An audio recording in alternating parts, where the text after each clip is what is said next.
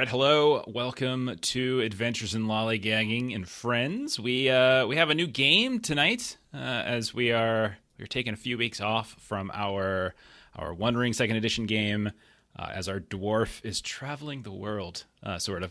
But instead, we're going to be playing some Orbital Blues, and we've got a couple different faces. Some you might be familiar with, some you might not. Sadly, Stephen is here, yeah. So if you're unfamiliar with Orbital Blues, it's from there it is, Solmuppet Publishing. It's a space western RPG. We've been playing a lot of westerns on the channel lately, I think, but this one's a little different as we're in space now. So it was mentioned, I think Tool to Twitch mentioned in the chat, like Cowboy Bebop, definitely Firefly, etc. All those properties are kind of built into this idea.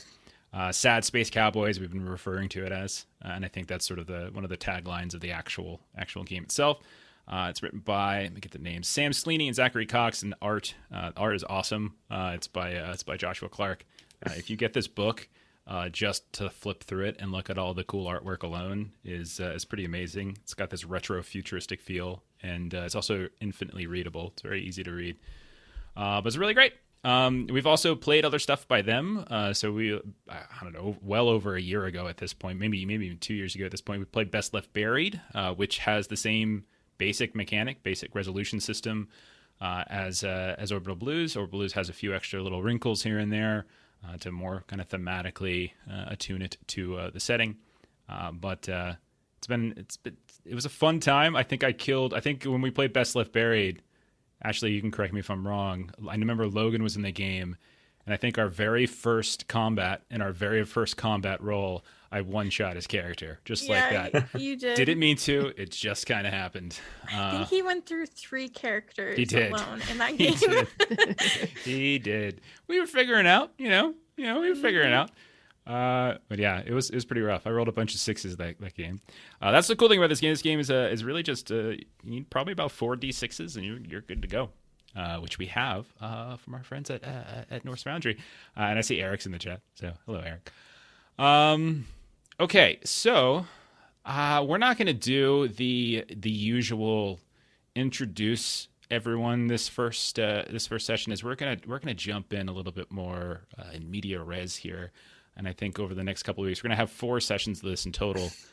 Thankfully, Steven's only going to be here for 3 of them. But we're going to just kind of start, like, hit the ground running and go from there. You can see everyone's names. They're kind of basic. The chef, the dreamer, the crook. What are those called again, Melissa? What are those called? Those little things? The titles? Yeah, so just titles? Okay. So all of them have like their own little title, et cetera, and you can see Ashley's extraordinarily sad-looking character that everyone's going to feel bad about. All right. Hopefully I don't kill that one like I killed last night. We'll see. Coyote bait. Coyotes everywhere. I've been dying a lot recently, Did I kill you in a different game? Oh, that's right. Mothership. Yeah. Wasn't my fault. Steven did that. That's true. That wasn't me. Okay. Come on. Wasn't me. You made me kill her, though. I didn't make you kill her. The roll did. We're learning new things every day. All right. So, no names to roll die. Yeah, exactly. Don't get too comfortable. So we're gonna pick. So let's start it this way. So this is, as we already said, it's sad space cowboys, etc. And we're gonna say that. We don't have to get like too granular with all the galactic stuff like now, but let's just say this. Let's start it this way.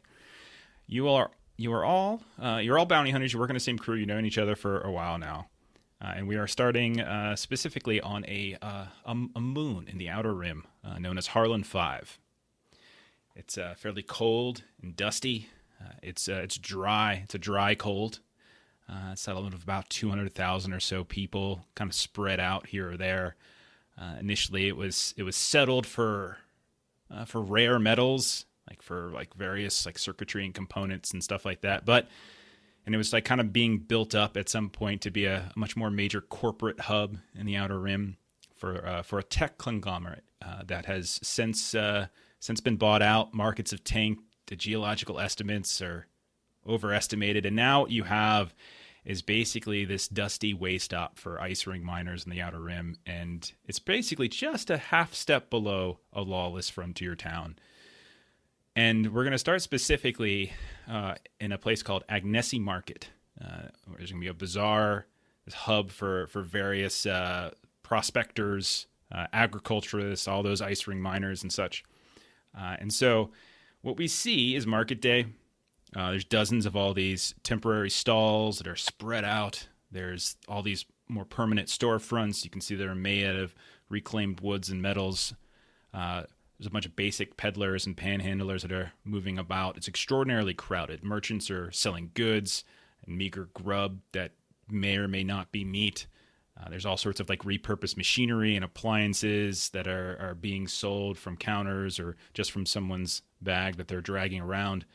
And the marketplace itself is in the hub of, or in the shadow, I should say. It's like a slum, we'll call it, in the shadow of this forever under construction corporate city that was going to be where this, which is going to give Harlan 5 its name, but it just never got finished. So what you see in the backdrop are all these kind of skeletons of unfinished skyscrapers, all kind of looking over this much more meager slum. We're going to zoom in our camera, okay, as we get a little closer, and we can see now that there is something happening in the market as we hear the sounds of people shouting. We see like fruits and things kind of rolling across the ground. We see a crate of what looks like refurbished air filters, like kind of tumbling from a rusted table. We see shoppers who are like hastily collecting their drop purchases. Stall workers are kind of like, yelling various swears at at different folks here and there. Patrons who have been recently knocked down are like kind of getting up and shouting curses at this runner, this guy who's just speeding through the marketplace. And it's a somewhat heavy-set man in an orange plaid bomber jacket. He's got these tinted glasses. He's running like a man who you could probably tell was once an athlete. I'm going to go ahead and drop a picture, by the way, for the players. Look for a man named Walter Briggs there. You could definitely tell he was probably once an athlete, but kind of got an aging body that's betraying him. And he's like stiffly, sluggishly moving. His knees aren't quite bending. He's kind of not so much agile, but he's got this dangerous momentum to him. And he's just knocking people over left and right. He's frequently looking over his shoulder, kind of looking back to see who's chasing him. He's got this personal communicator up to his ear that he's barking something in. He's sweating something fierce despite a relatively cold day. And he looks really, really panicked, and he's just running, knocking this person down. This is Walter Briggs. He is your bounty. From what you know from the bounty, he's a thug, he's a thief, and he is wanted for allegedly hijacking and stealing an Isharon corporate shuttle and leaving its mid-level executives kind of stranded and maimed and without water on the other side of the moon. And so that's who you're chasing. So this is what's happening. And I'm kind of curious, and I asked you all, I kind of gave you a little hint ahead of time, like to think about how this might portray. So as he's running, as he's looking over his shoulder and trying to figure out who's chasing him, who is chasing him? Who would be the person who's like doing the physical chasing? Someone with high savvy? Someone running? Okay, Elvis is normally he's a security guy. He's himself a crook, but he was the one who spotted him in the crowd. So Elvis is running behind him with his trank pistol out. Mm-hmm. Imagine a late 20s looking young man with kind of floppy black hair, and he's running. He's like, Walter. Just stop, Walter. Turns around, knocks over a woman who's carrying a big old basket of laundry, just goes flying up into the air and lands over the heads of like 4 or 5 people who bump into each other. We all know your heart can't take this, Walter, you big fat bastard. And he looks around. There's what looks like some kind of rickety, kind of refurbished wooden stall of some kind of. They almost look like typewriters. He just throws them back down and they scatter on the ground, the keys going in different directions, and he keeps running. Go ahead, and we'll just start this off, Elvis. Let's do a little run. Let's do a savvy test. So there are 3 basic stats in this game. There's muscle, which is strength and to some degree constitution. There's savvy, which is like quickness of wit, but also agility, dexterity, that kind of stuff. And then there's grit, which is like determination and confidence. So let's do a savvy test. And the way this works, yeah, it's just straight up. Unless if there's something that you have that you can always kind of argue for an upper hand. But the basic roll mechanic is you roll 2d6, you add your stat, and then you want to hit an 8. And if you have something that you think might give you the upper hand, you get an extra die and you drop the lowest. So I say straight up, unless you've got something that you think would work for. Now Elvis doesn't have anything on him right now that's going to help. I roll a 7 plus my savvy of +2 makes it a 9. So Yay! So you are running.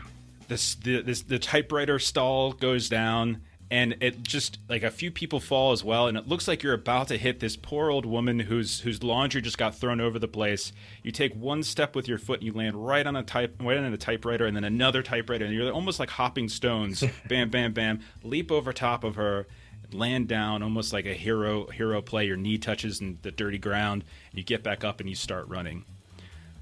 Okay, so at this point, Walter, you see up ahead, Elvis. Walter kind of cuts down an alley. He kind of looks back. He sees that he wasn't able to knock you out, and he just cuts down an alley at this point. Where would the next person be in this whole process? Is Elvis continuing to give pursuit? I'll go ahead and say that Freddie was around the corner. And so Freddie is, so she is the chef. That was her kind of former business. So she is kind of medium build. She's got short, super red hair. And so what she has in her hand is she basically has created like a makeshift like pepper spray. And so she is going to try to kind of like get that into his eyes and interfere with him being able to see where he is running. Okay. This sounds like so as he turns, he looks back, he sees Elvis. Elvis kind of, he manages to navigate, and he's continuing to pursue. So Walter freaks out, jumps down this alley, and Freddie, you step out from behind this dumpster that just so happened to be set up in the alley. You've got your little pepper spray. He's got this sunglasses. He's got glasses on. He's got these sunglasses on. So we're gonna call this against the odds, whether or not it can get in his eyes as easily. So what that means is 3d6, and then you drop the highest, and then you add your stat. Difficulty is still 8.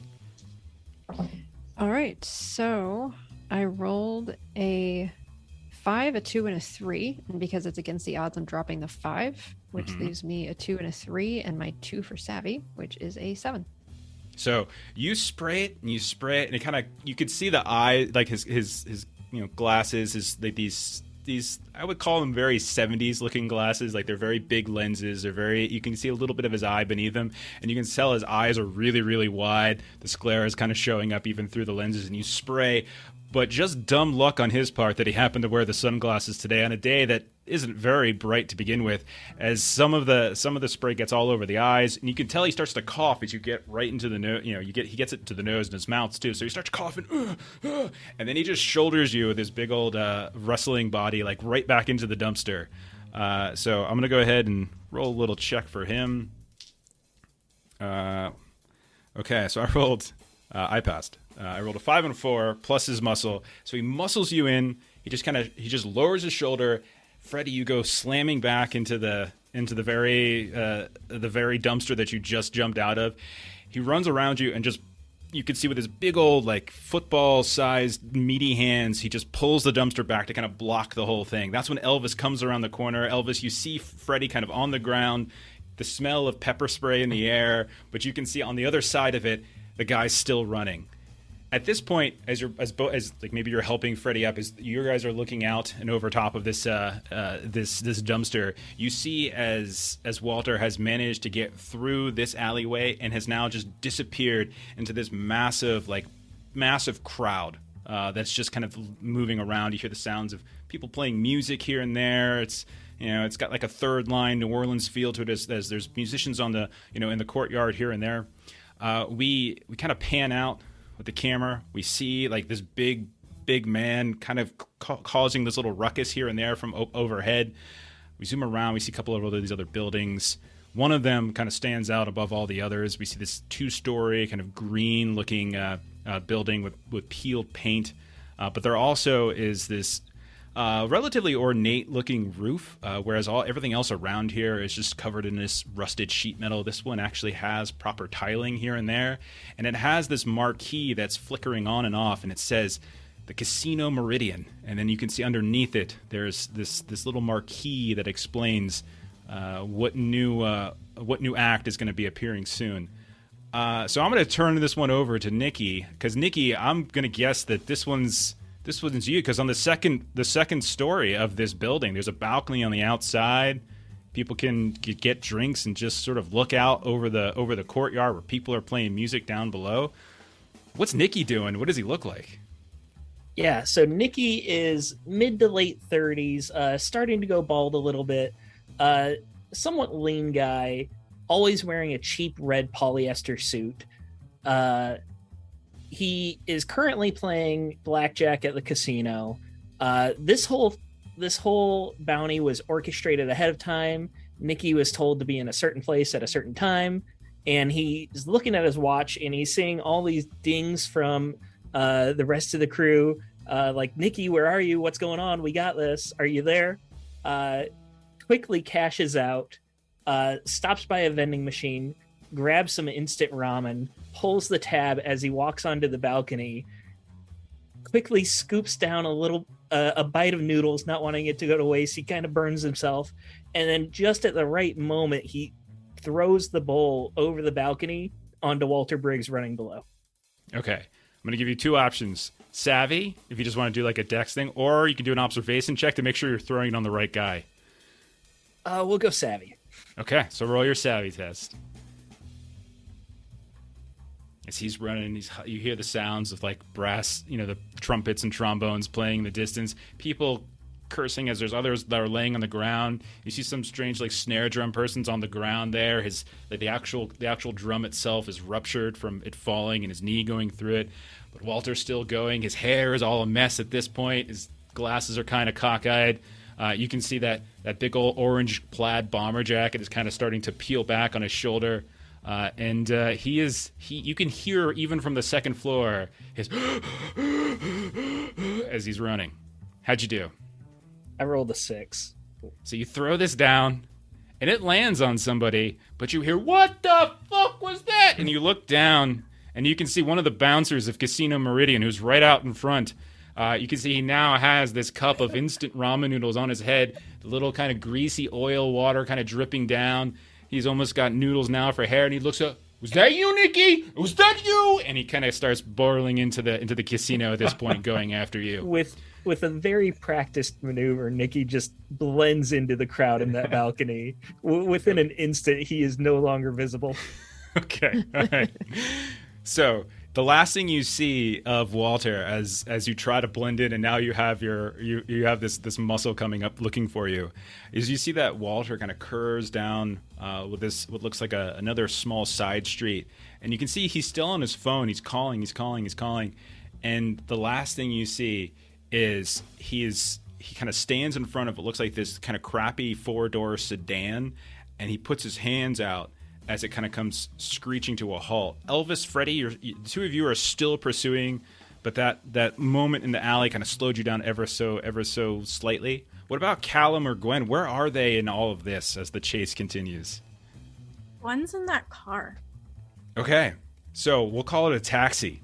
Okay, we'll call it some sort of there's not a ton of these in Harlan 5 or specifically in Agnesi, either the market or the ruined out skeleton.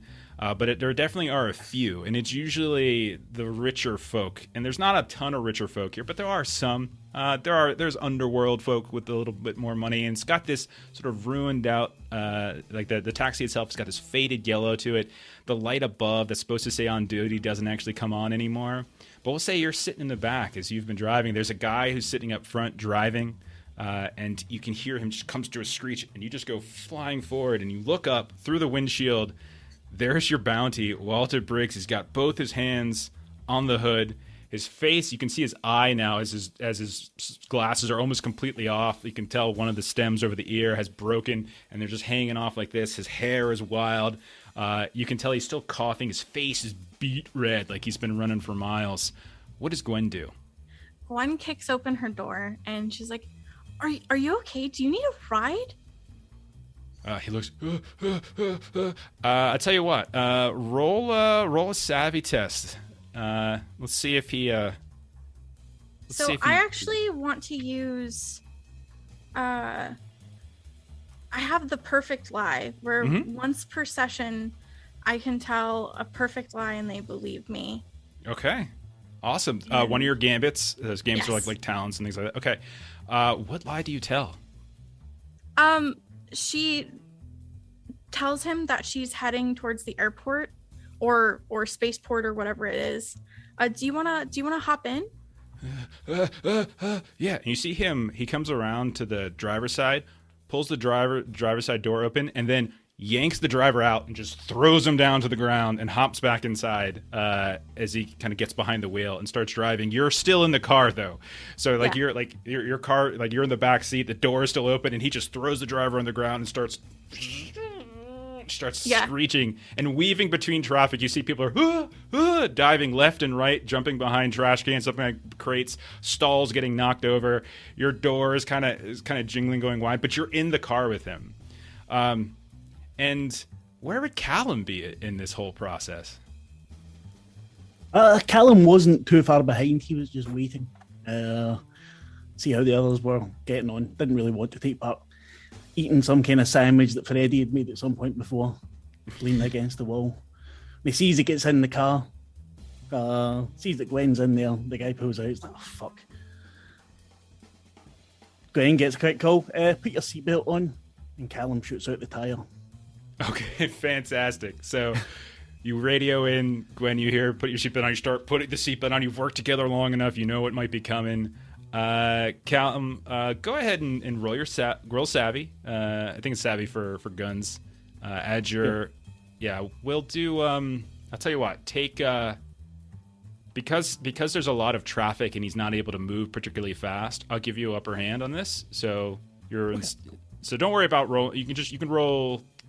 We won't call it combat. We'll just call it a basic. Yeah, we'll just call it a basic check. Yeah. Because I've got the devil's right hand anyway. So for using my pistol, I always have upper hand, or it never goes below normal for trick shots. Okay, perfect. Why did that fucking tell me? So 4, 5, 9. 9 plus 2, 11. Okay, what wheel? Would it be the front or the back? Does it matter? It'd be the front. Okay, so you take out the front driver's side. All of a sudden, the car just flops down to the front, and it weaves off and just slams head first into this large concrete building, some kind of warehouse just used for storage. Gwen, you've got your seatbelt on. You were ready. And so you feel a pain across your chest, but not to the point where it's going to hurt you. Meanwhile, you watch as Walter, who didn't put his seatbelt on, just flies up, head smacks into the windshield. You see blood starting to come down his face at this point. He goes to stand. He's still up because he's a bull, and he just he tries to get the door open, but you see he's just sort of stumbling around, and he's like, "I didn't do it. I didn't do it. I didn't do it." What do you want to do, Gwen? Callum, you're pretty close. Freddie, Elvis, you're probably catching up at this point. Nikki, Elvis will pull out his trank pistol because he doesn't believe in killing people. Sure. And he strolls up. He runs up behind Walter. Puts one hand on his shoulder, he's like, good God, I told you not to run. And then he just shoots him with the trank pistol. Trank goes in, no roll necessary. This is trivial. He's out of it. You shoot the trank pistol in his back. He turns around to you, and you can see I didn't do it. It wasn't me. It wasn't. And he flies down to the ground. Okay. Elvis turns back to Freddie. What was with the pepper spray? We had it right there. I'm trying different stuff. It's a crowded bazaar. I can't just, throw knives. There's children around. I don't want to accidentally hit them. All right, Freddie. That's true. A good point. You get a point. Can't always do the same thing all the time. Okay, so you've got this big old bull of a man laying on the ground. You've got a ruined, kind of crappy taxi 4-door sedan. You've got a crowd beginning to form at this point, and you know that this place is, again, just a half step below lawless. You know that this guy, this Walter guy, the rumor on the street is that he's like a low-level enforcer type of some larger groups. The Bennett family is said to be the ones that are kind of the ruling family of Harlan, or and specifically this city. But you see, you've got one of their low-level enforcers on the ground, crowds forming, blood's coming off. You hear the sounds of like whistles, which you know are usually the signs of like the local law enforcement as best they can be. You know that this is a corporate bounty too, so the whole idea is that you're delivering this to a specific kind of corporate delivery site. So how would we go about getting the body out of here? What's the plan? Well, before too many people like start to crowd around, Okay. Gwen would have quickly ripped off his like major identifying pieces of clothing. So like that gaudy jacket, his glasses, and she would have had How dare something. you. She would have had I like that something jacket. more discreet to like throw on him to like cover Okay. him up. All right, so you're going to try to kind of make sure it doesn't look. You wanted to make sure that it doesn't look like Walter. Okay. Yeah. All right. Yeah. Okay. Do you and okay? Roll a savvy test. Okay. Do you have anything on you that would work? Like do you have any kind of any items on you that you might want to work or? I think she would have prepared and like had some men's clothing in her purse. Okay. But All right. No, we'll let that go. I mean, you were in. Maybe there's a bag in the back seat as well, and you just reach back in. You grab what looks like some kind of yeah. nondescript brown jacket of some kind. He I'll give always you an wears upper hand. the orange jacket. We knew this was going to be part of Yeah, it. we're like, we Stick gotta him get rid around of in an that. orange jacket. Absolutely. 6. I got a 7. Okay. Plus one? So 7 plus 1. Or no. I failed because I got 7. Okay. I got 6 right. plus 1. You succeed. You have no trouble whatsoever in getting. So this is less about you getting the jacket off. You get the orange bomber jacket off, no problem. You get, and then you start kind of putting the brown jacket. That's sort of the nondescript brown jacket. The crowd starts to form. Elvis, Freddie are there. Callum's there. Gwen, you're there as well. Nikki will come by at some point. But you hear a voice from the crowd, Gwen. It's like, hey, is that Walter Briggs? Oh man, the Bennetts aren't gonna be happy about this. Just kind of like, and you can tell that some people in the crowd have recognized the guy already. Got it. Okay. What's next? Hey guys, you know me. I'm a live and let live kind of guy. We got to get him off the street if we're going to get paid. Freddie's going to call Nikki because if Nikki was at the casino, I'm thinking that maybe Nikki has a car. Okay. Would I have a car? I'll tell you what. We'll do like a Blades in the Dark flashback. That's kind of what this whole thing was, right? We're in a score and we're kind of doing the setup, right? So, how would Nikki have procured a car? You don't own one, but how would you have procured one? All right. I'm thinking that we would do a flashback where Nikki is in some sort of futuristic version of a drive-through. And he would just be waiting there most of the morning until someone he would go to the worst possible restaurant where they always mess up orders. And he would wait till someone goes in to complain about their order, and then he would just slip in as they're in the restaurant and take the car and drive away. Okay. I'll tell you what. Roll an observation check. I'll give you upper hand as you're there waiting and you're kind of there for multiple hours, so it's not necessarily happening in an instant. Observation check doesn't use a stat; it's just flat 2d6. But you can roll. It with upper hand. So to roll 3, drop the lowest. Target's still an 8. That's an 11. Oh wow, that's fantastic. Wow. So you see as somebody comes out. They have. It's the bad noodle place. So this is like Doodles and Noodles. And someone comes out and they start eating. And they're like, what the, and you see they hold up what looks like some kind of strange, like looking insect, like a large, weird space cockroach or something. They just start pulling out, like, I didn't order this. What the hell? And he guys comes back inside. You hear as the door is kind of closing on the noodle shop, like, you owe me so much for this. And you take this opportunity to break into the guy's car. Are you? Do you have any experience like hot wiring cars or anything like that? Can we say that Elvis is there with Nikki? Oh, hell yeah. He is a security expert. Hell yeah, absolutely, yeah. And so Nikki's doing this in this flashback. Nikki is like, he's the lookout. Elvis, you kind of get the signal from Nikki to go for the car.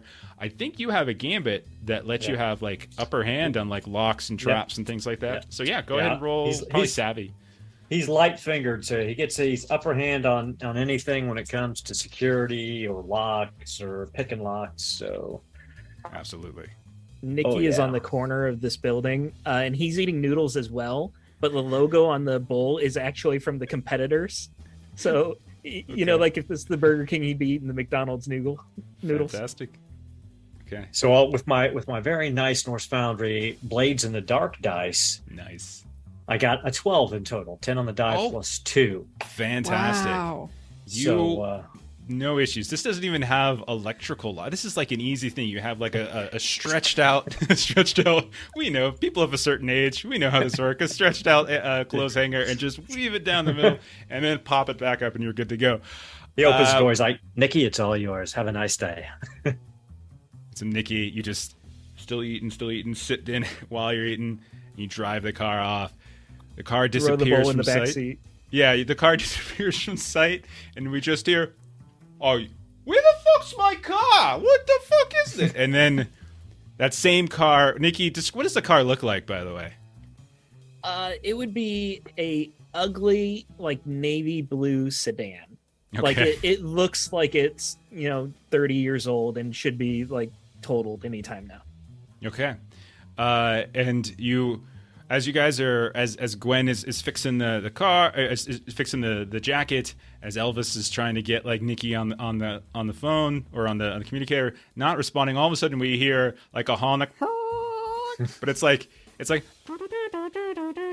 and suddenly that gross-looking navy sedan pulls in. It's got what looks like a very faded, like old fart on board decal on the back, and the door opens up, and there's Nikki. Still eating noodles somehow for some reason. Yeah, and it's a third company too. He found time to stop at a drive-through on the way many to noodle go get companies. the bounty. This one is oodles of noodles. Oodles of noodles, noodles. doodles of noodles. Okay. Door Nick opens Noodles up. was in the chat. Everyone Callum would crowds be in. helping the driver to get thrown out, by the way. Okay, you go over. You kind of help him up, and he's Help got him a up and I little. give him the rest of my sandwich. He's like, what? Thanks. You'll be fine. On you go, mate. He starts turning around, walking around, really confused. Like, I lost my taxi, but I got a sandwich. Did I win that trade? And then we cut to Callum, last person into the car. We see Elvis, Nikki, whoever, Freddie, kind of pushing Walter. And does Walter go in the trunk, or does he go into the back seat or something? Do we try and keep it kind of normal looking and we shove him in the like middle of the back and Yeah, I then think it's so. smushed between us? Okay. If he's tranked, it should be fine. All right. So you smush him in the back, and it's the tightest thing ever. All of you in here, and this big old man. He's like 6'5". He's like an offensive lineman for an NFL team. And you drive off. Where are we headed? That noodle stain was there when I got the car. Sorry, guys. Someone sits down, you can feel it's wet underneath your seat. Elvis is going to reach into Walter's jacket and try to pull out his phone and see if he can hack into it and hack into his bank accounts through his phone. See if he's stupid enough to leave financial breadcrumbs. Yeah, sure. You pull out. He's got this little communicator. You pull it out, and you take a look. It's got he's recently been communicating with someone you can tell, but doesn't look to have a live line on it. Okay, so you start messing around, seeing if you can get it to sort of reveal some info. Go ahead and roll a savvy. Ooh, that's only a 5. That's a 7 in total. I'm going to spend a point of heart and re-roll one of those dice. So is exerting yourself? You're spending exertion. Yep, Heart's I'm going to like exert myself. health, basically. I'm like, this guy, he made me run. I want. Okay, that's better. So that's 8 on the die, plus 10 in total. Okay, 10 in total. So you open it up, and You start kind of going through, seeking if you can find any kind of information. You find his most recent contacts. It looks like you can see that there's a contact EB, and you can see that there's another contact CB, but the CB doesn't seem to be answering whatsoever. At some point, EB did answer, and like there's like that duration of call, and then as you get into like his like some of his other apps or something like that, you can tell he doesn't really have a very exorbitant bank account. But what he does have, you can tell he's got a couple hundred credits or so in account. Nothing particularly impressive, but you go ahead and you just empty it just fine. Absolutely. And so you quickly shift it over to Elvis's one of Elvis's stash accounts. And you got yourself a couple extra credits there. Who's driving? You said CB and EB. Do we know? Because presumably that's the Bartletts. Do we know their first names? So you would probably, you know the Bennett, Bennetts. sorry. I'll tell you what, Gwen. Let's see. You guys come here decently. It means Casino Meridian is one of Nikki's major hangouts. So you're probably in Harlan a lot. I would say you would know. We're not banned yet. What's that? We've not been banned yet then. No, not yet. Not yet. It's like one I of the said, few places. half a step below lawless. It's a lot to get banned. I'll just give it to you for free then. You know that there is the leader of like the Bennett crime family is a woman by the name of Cass Bennett, and you know that her kind of second in command is her son Edgar Bennett, and likely these calls are going to the two of them. And to answer your previous question, Nikki would still be driving. Okay, Nikki's still driving. Where are you driving us, Nikki? Do we have any like local hangouts? Any good noodle places that we always regroup at? We're gonna introduce a fourth noodle place. We're going you guys to tell public? me. That's for you all to tell me. You guys tell me where other than Casino Meridian, which is kind of you would have to go back into the major crowd, but like, is there somewhere a little bit quieter that the five of you would? Is there a corporate office where we can drop this guy off before we go to get noodles? Not on planet, Okay. but you do know this is one of several moons around a very large planet, and one of the other moons is where you would actually have to deliver him. Well, then I think we'd just start going back to the spaceport then, and back to our ship. Okay. That sound good? All right. So that works. Can Freddie be the super annoying person sitting in the front seat that's constantly, because she's got upper hand on observation checks, and so she's like, look out for that, watch out for that, turn right here, I think the traffic's faster here. You have the invisible brake on your side of the car. Okay, so you're swerving left and right. While she's doing that, Callum would be saying, needed more pepper. There is a vague smell of pepper and sweat in the car right now. It's very, very tight. And noodles, strangely enough. Noodles. Okay, the drive to the spaceport is where you've got your ship parked. Not too difficult whatsoever. However, you pull up. How close would you get? Would you want to get? Would you just want to try? I to would pull not up want right to take a stolen car right into the spaceport. So I think we'd stop like a block away or something and try to figure out a way to get him, even though he's trained. Okay, so you find a spot. Freddie, go ahead and roll that observation check. You can have, since you're like you're eagle-eyed, you can go ahead and take an upper hand, looking for an alleyway that's perhaps a good place to sort of ditch this car, something like that. Well, it's all in the details, but when you roll that low, total of a 7. Okay, you spot out a place that you think is away from prying eyes. Nikki, you turn, drive it in behind what looks like a stack of this. It's like a just refuse garbage just thrown out. Looks like there's mixtures of just machinery. You're like behind. Before you go further, actually, since this is probably important, can I spend a heart? Sure. To exert yourself? Yeah, go ahead. Yeah, so that means I get to reroll one of them?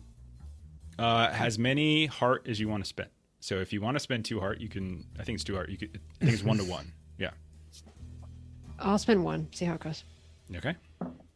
That's better. I got it. Okay.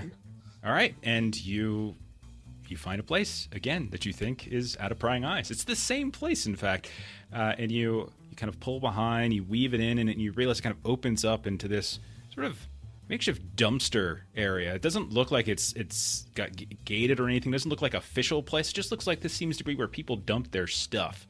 and you dump the car. You pull out Walter, who's I didn't do it, and he's just kind of mumbling to himself, but he can't even. His eyes aren't open at this point. Somehow his glasses are still hanging from the one trig. It's amazing, but he's just still. I didn't do it. It was Eddie.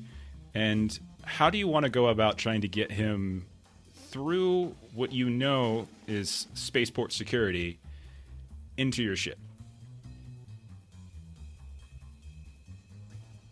I Walter's think in a trench coat. What are we thinking?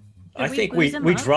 drop him into a security crate, and I hack the security crate so that it registers as empty, and we just wheel him onto the ship. I'm gonna switch the music a little bit as things are slowing down. Alan would sit on the crate, just eat an apple or something while you all pushed it, kicking his legs. Okay, so Elvis, you head out to get you're getting a security crate on it, or maybe you just try to rummage one up from the dumpster area, right? Take a few minutes, rummage one up, find something that's big enough to fit old Walter. You lift it up and just drop him inside. It takes probably 3 of you to do this, as he is a big fella.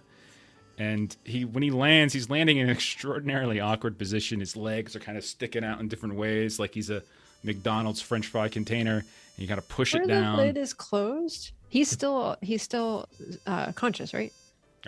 He's talking, but his eyes aren't open. He's been tranked. You're pretty sure he's got a concussion from Gwen would be able to put. I just want to give out. a shot and just try to ask him and just see if he'll kind of blurt something else while he's kind of not all there. So what did he do? What did said Edgar, right? Yeah. What did Edgar do? He cut those execs up. He cut them up. It wasn't me. I don't like hurting people unless they deserve it. And that's it. And he just kind of cycles through that over and over again. All While right. Freddy's talking to him, Nikki is just awkwardly crossing his legs, trying to fit him in the box.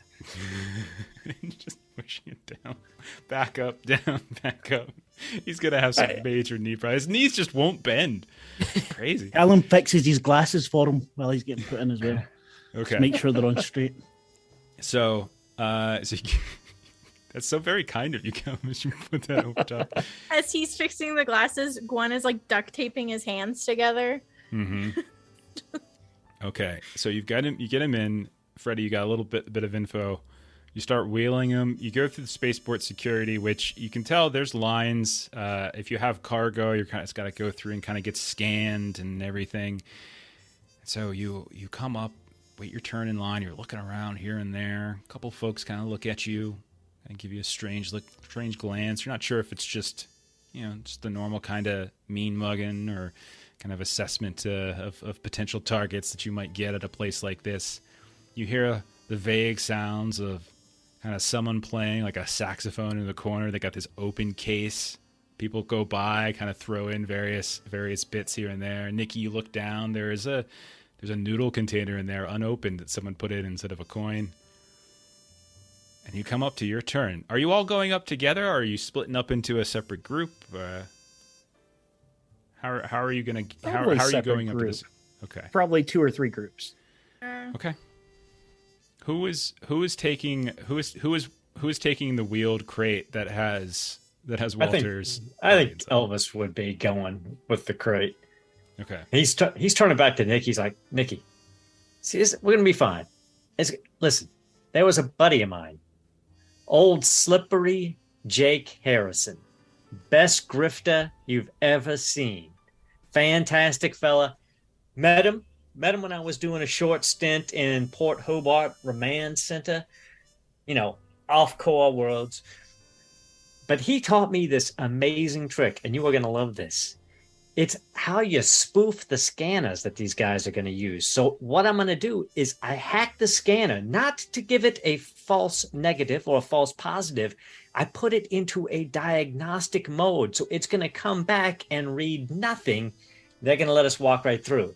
He's a great smuggler, old Harrison. Now, he had a bad run of luck. He actually killed somebody at one point, so he's doing a bit longer stint. But this trick, This is dynamite. You're going to love this, Nikki. And if it goes bad, Nikki, if it goes bad, and this is the thing you need to remember, run as fast as you can.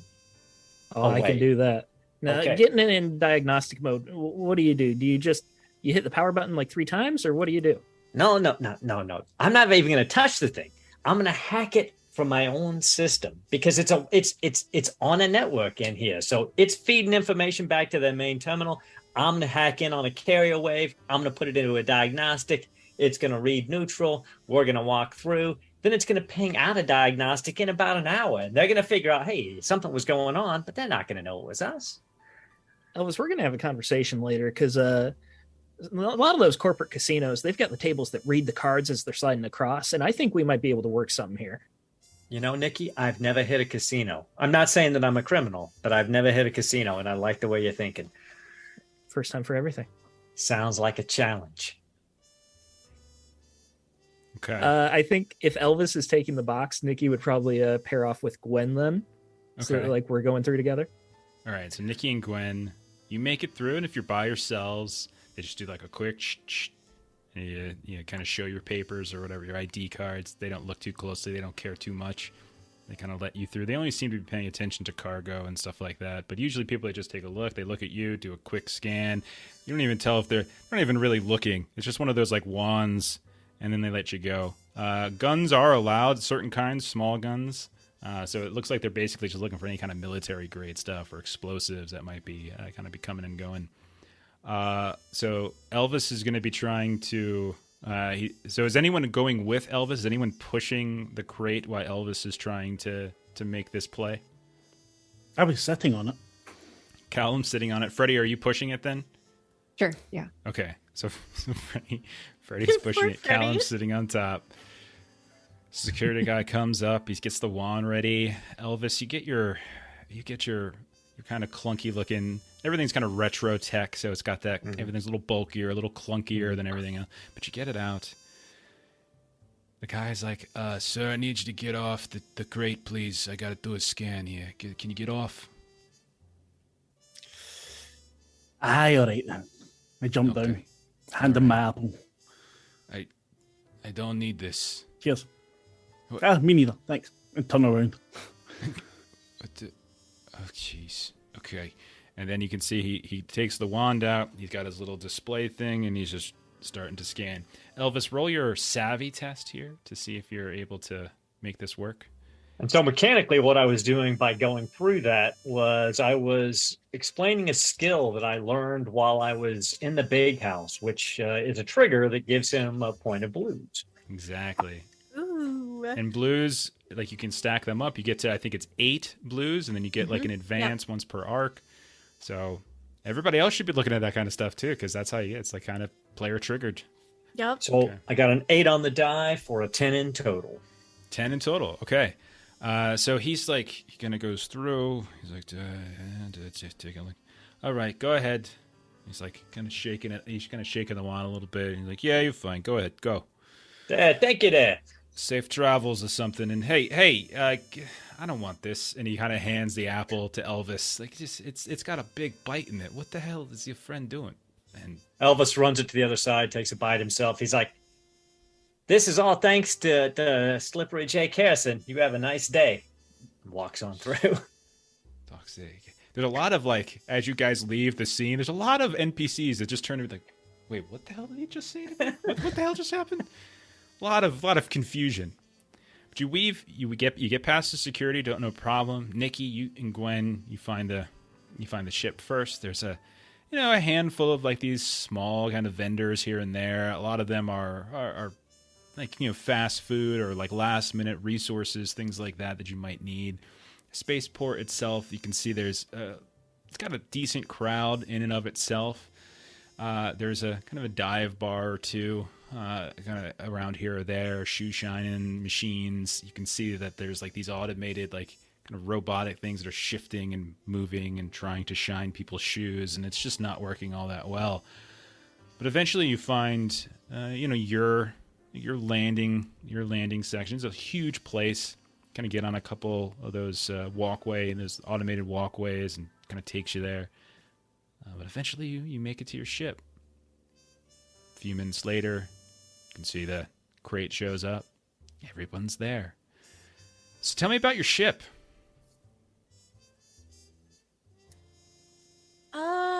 Good question. What's the name of it? What did you all settle on? There was a very complex voting system that was happening. There was. We settled on the Belafonte. Okay, I love it. That's great. That was probably my first choice of your list. Which, if I remember correctly, was an old ship. Mm-hmm. Yeah. Okay. So I think we went with Aaron's ship roll. Yeah, my ship roll was a. Wait a second, I'll pull it up right now. It was. Yeah, it was a pitifully patched up, falling apart ship. Oh, perfect. With a Gatling gun weapon, and it had an android crew bound to the ship. No, sorry. Onboard AI, callous. Okay. But resourceful. That was the rule. Callous? Okay. All right. So, Nikki, Gwen, you're there first. You go ahead, you punch in security code to kind of get it to open up. You hear the AI voice come in once you punch the code in, and it's just like, "Oh joy, you have returned." And the door opens up. The stale smell of the ship that kind of wafts into your Our face. ship smells like noodles, and like okay. Strictly because of Nikki and how much he eats noodles, the smell has permeated everything. To Freddie's disgust, by the way, that the amount of time that is spent just eating all of these noodles is just. The girls are like, "Have you ever eaten a vegetable? Have you had carrots before?"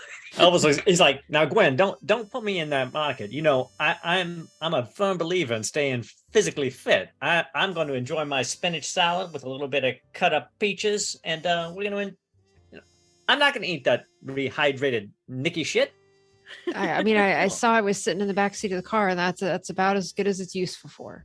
Just The instant ramen has the dehydrated carrots, the dehydrated peas. I eat tons of vegetables. I don't see what the problem is. It has half a baby carrot in there.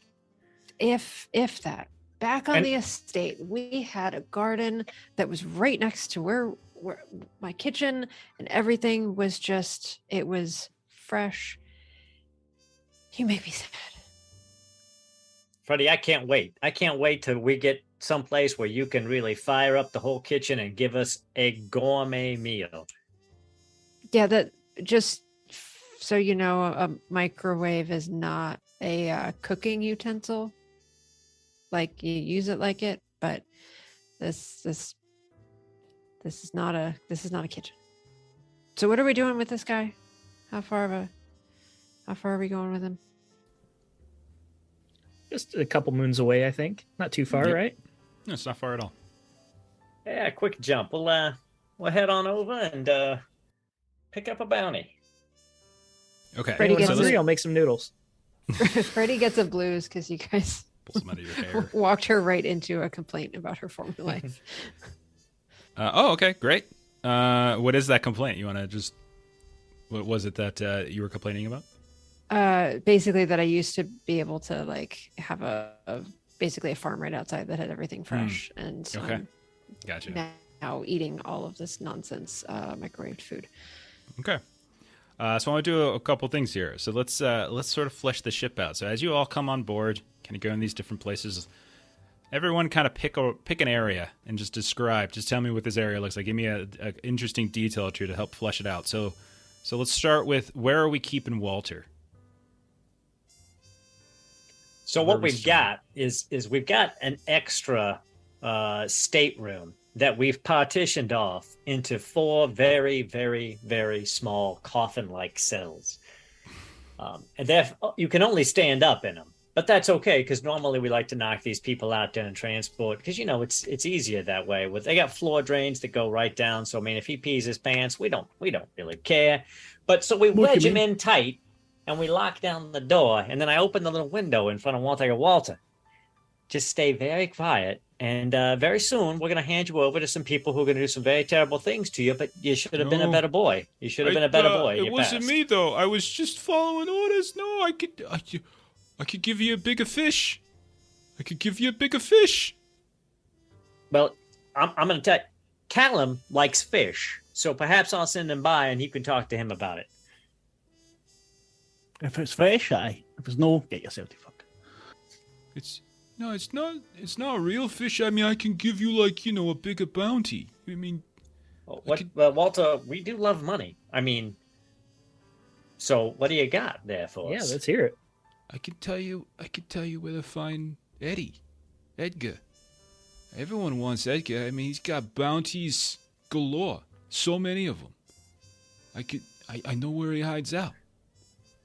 Well, where I is wouldn't feel that? inadequate, man. You've got enough bounties on yourself. It's all right. But Don't feel I'm that- No, we should hear him out. We should hear I'm a him small out. fry. I'm a small fry. It ain't that much. I mean, that money ain't gonna get you. Even Don't doing look that. down on yourself like that, man. I'm sure you're doing brilliant. Your No, bounties I mean, will he go is up. Don't worry he about is it. a small fry. If there's a he's big jackpot on the table, we should go for it. I mean, I'm physically large, You but first. like my mother always said, I wasn't going to amount to much. And if you look at the bounty, she was right. Walter, you got a good point. So if you can get us next to Edgar and we put him in this cell next to you, we would probably open your cell door and let you walk out. You square? Well, we'd carry you out because your legs will be a bit, Yeah, Yeah, they you might have really to crawl, hurt yeah, right 'cause you- now. I don't yeah, know what's it- going on. Everything's numb from like the waist up, but my legs are just, God, they hurt so bad. What'd y'all do to me? Oh, we were kind of trying to bend you into a box, and the numb stuff is from the tranquilizer. But very soon, standing up in this here this coffin cell, you're gonna get your feet are really gonna start to hurt too. But so if you put us in front of next to Edgar really fast, you get out of here even faster. You got my I would- word. I'm honest. I mean, I would look definitely honest, be right? on the net in the background looking up Edgar, seeing how much of a bounty there actually is on him. Okay, so in terms of like relative to Walter, it's 10 times as much. Then we're doing it. Let's do it. Yeah, and Edgar, you can tell, has a very violent personality. Like he as you're going through the details, no role necessary. You're just kind of going through what's basically available. Very violent man. You get a picture of him. I'll go ahead and share a little pic of him, and so Cass Bennett had 2 sons, and he's the one that still lives. You want to take a look there. Very slender looking guy, pale. You can tell he likes to wear what looks like some kind of like creepy looking eyeshadow under his eyes to make him kind of look sunken and gaunt. And he's got this almost like a pompadour type like curl to his hair. And you can see he always dresses in very fine tweed suits. And he kind of walks around. He considers himself kind of like a gentleman. He's got a cane that's like this fancy cane that he carries around with him as well. And he's always kind of accompanied by a handful of his goons, a handful of, his Bennett mobsters. And he's suspected, like the rumor around Harlan 5 is that he is the one who does the sick stuff for the family. Everything everyone says about Cass Bennett is that she's cutthroat and she's terrible, but usually economically speaking. And the one who does all the dirty work for her tends to be Edgar. Now, Edgar is kind of in line to take over the throne, so to speak, which is kind of scary to some. But everything you've heard, that he has hurt many people. And there are missing folks, there's murders, there's kind of people who've been found out in the waste, kind of cut up and such here and there on the other side of the moon. A lot of people assume it's Edgar. And as you're reading it, Nikki, you're kind of piecing it together. Walter's not a good guy, but he also seems like he's kind of set up to be the fall guy for this particular behavior. Because most of the time, the people that they're finding, the victims, aren't kind of well-connected corporate execs like these victims were this time. It's just random folk that no one cares about. So this Would Edgar's a Callum real know twisted anything about guy. him? Go ahead. Callum. Yeah, would you say, Sorry. Callum? We can't know anything about them, so being from a different crime family. Yeah, that's right, the McGregors. I'll tell you what, roll a savvy test.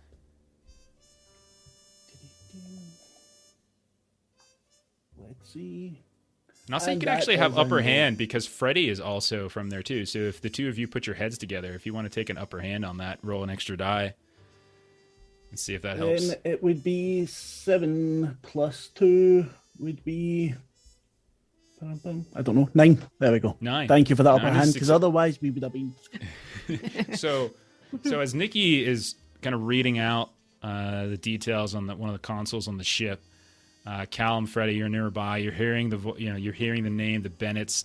Definitely a name that you're familiar with. McGregor's. They kind of run a different moon somewhere else. One of these other outer rim. They're not on the same. They're not here on Harlan 5. But you would probably have heard. Most likely the Bennetts and McGregors have done some work here and there. There is, out in space, there's certain kind of there's shipping lanes, so to speak, well-traveled paths between some of the major ports, and there is a bit of a racket and a shakedown, and you know that there's a kind of a grouping of certain families that are all kind of taking a cut from it, and the McGregors and the Bennetts are both taking a cut from it. So there's definitely continued relationship between the two. You would also know that Cass had like the favored son, Cooper, was killed. No information how. It's kind of a mystery, right? But that the widow, a woman by the name of Betty Dubois, kind of is still in the family, and kind of butts heads apparently with Cass is what the rumor is. But lives. So. But lives, yeah. Must have something. Mm-hmm. So, Nikki, I'm going to come back to you for a second because you were looking something up. Where were you looking this up on the ship? Yeah, so in the common area, there would be a real just beat up couch that kind of fits the curve of between two different levels of grading. And I first would have gone into our kitchen, which would be just the worst corporate break room you can imagine. It's just like a corner unit with a microwave, and that's it. We probably have a sink, but it doesn't have running water. And I open up a cabinet. It probably has Nikki's name labeled on it, and it's just all instant noodles. And I grab 2 of them. I pop one into the microwave, and I take the other one dry. I go sit on this horrible couch, still reading this tablet or whatever. I open up the instant noodles and just grab one of the chunks dry, and I hold it down below next to the cushion. And out of the cushion, there's a hole in the cushion that a little squirrel just runs and starts eating the noodles next to me. And I just give her a few scritches behind the head absentmindedly as she enjoys her noodles. Okay. And everyone would probably be aware of the squirrel, I would imagine, right? It's probably not a secret. Okay. My pet so, Fortuna. So Freddy, Callum... Callum's arch nemesis. So Freddy and Callum, you're talking in front of Nikki as this is happening. You kind of have a conversation, try to piece together the two of you, oh, I remember this, I remember that, and you kind of sketch together some basic understanding of the Bennett family, at least the hierarchy that's currently in place. Gwen, what are you doing throughout all of this? So Elvis, Callum, they put Walter in your brig basically. Callum, you came out and talked with Freddy and Nikki a bit. What have you been doing, Gwen? Gwen's probably been in her own room, and she's on her tablet, and she's checking the news of the planet or the moon where we were just at to see how much of the crime that we just committed is being reported, and she's just kind of keeping tabs on that. Everything's being reported. There's video of it it's the main this sort of main marketplace. Tons of different security cameras all over the place. Too many to kind of account for. Most of the footage though is kind of grainy, and there's not one that kind of picks any one particular person out. In terms of obvious clothing, probably Nikki's the only one who's got that consistent red leisure suit, but which pops out to you here and there. It looks like there was a camera down down near where the final car accident kind of happened, where all the crowd started forming. But strangely enough, there's a big enough crowd that you guys kind of got obscured a little bit before the car pulled up. There never was quite an angle to kind of pick up on the tag, and besides which, vehicles here, no one really kind of keeps up with their licensing too much. Mm-hmm. So there's a decent amount of your activity. It's just a question of, is there enough to piece it together to track it back to you all? You don't hear anything from the spaceport or anything like that, though. One thing she does notice is she's scrubbing through one of the videos of like the crowd. She thinks she notices her ex-husband amongst the crowd, and seeing Wesley, or what she thinks is Wesley, immediately puts Gwen into a panic. You guys have witnessed this before, where she runs out and comes out of her room and she's like, we need to leave right now, please, can we leave, can we leave just right now, please? Gwen, for you, anything. And Elvis is like, I'd like, gets in the cockpit, fires the engines up. He's like, Belafonte, you crabby bastard, we're taking off here in a few minutes. So you call out to sort of Spaceport Authority, try to get clearance. You're given clearance, but there's like an airport, like there's a line, and in terms of just to make sure there's no mid-air collisions over top of the spaceport, and it's a fairly large backup. So you're kind of stewing around for like a good 45 minutes to an hour, and they're like, this one's going, and then we're pushing you back again, Belafonte. Sorry, we've got priority incoming here. We're just gonna have to push you back another 15 minutes. Just stay patient. Everything's fine. Over. And I would say Elvis, touch suspicious, maybe. Hey, Spaceport there, my good friends. We got perishables on board, so I'm gonna pull up. I'll stay out of the space lanes. You guys will be good to go. You're golden. Let's go. Let's get out of here. Negative, Belafonte. He fires the retros, and we're okay. You take off. All right, let's do a savvy test for piloting out of here, especially. And I'm gonna say against the odds, as you're doing so without permission. There are actually ships that are moving around. So let's see if you get up without any issues. Not to mention there are security in place for hot dogs like this. Seems fair. That seems fair. Okay, a 3, a 5, and a 4. So we dropped a 5, a 3, and a 4, a 7, 2, 9 in total. Okay, you take off. You see out the forward, kind of the forward view area, and up on the bridge in the cockpit, you see a shuttle come down, and you are within 15 feet of clipping this thing, which for spaceships is fairly close. Really close, in fact. But you're moving at fairly slow. You're kind of lifting. You hear your radios kind of going off with all sorts of warnings, like we're gonna fire, we're gonna put you down. And like as you start going up even further, once you're kind of clearing the air of the spaceport, you start to hear like a countdown. You have 5 seconds to return to spaceport, or we'll open fire with the cannon. 4. 3. And he fires the retros hard. We do a hard burn for Orbit. And so you start burning. While he's right... doing Callum says, go fuck yourself. Okay. And so you hear the sounds of like the everyone kind of freaking out. Like, that's it, fire! And then some kind of rail gun, something gets shot off, but it's just a hair too late as you burn off in the quickness of your piloting, get you kind of into lower orbit, and then eventually kind of up into upper orbit. Okay. So everybody, we're gonna have to definitely change the transponders on the Belafonte before we come back to this moon. I'm just saying. Okay. And like Gwen has like a list of things that we need to do that's just like pasted on the wall, and she just adds that to the list. It's number 46. All right. So, let's see. So I've got the common area. I've got the extra staterooms. Freddie, where would you have kind of gone out? Like as the ship's going up, as everything's kind of going to hell, where are you kind of going as this takeoff is happening? So Freddie was going to a kind of like a cargo-ish area.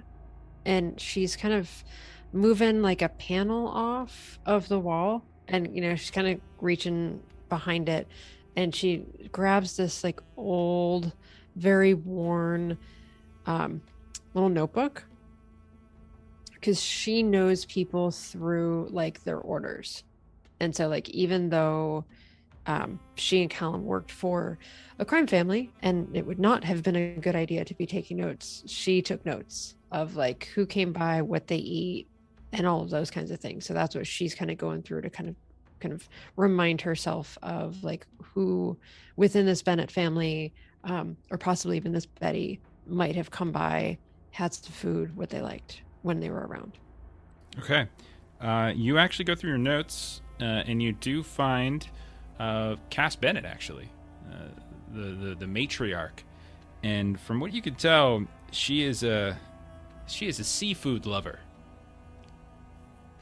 So anything you can get, especially things like any kind of like muddy fish, like a catfish type of deal, anything like that. Whether it's real, which is preferable, or whether it's synth, it's fake, that's fine too. But that definitely was her preference. And you can tell she also has like kind of an affinity for things like gumbo and stuff like that. You're getting kind of a sort of a New Orleans swampish kind of vibe a bit. She make apple moonshine. All right, okay. Someone gets it. There we go. I'm making a bunch of Justified references. This is what's basically happening with the Bennett family. Okay.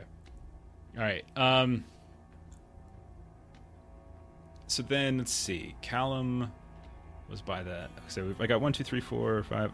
How about Gwen? Give me a location of the ship. Did we do a location for you yet?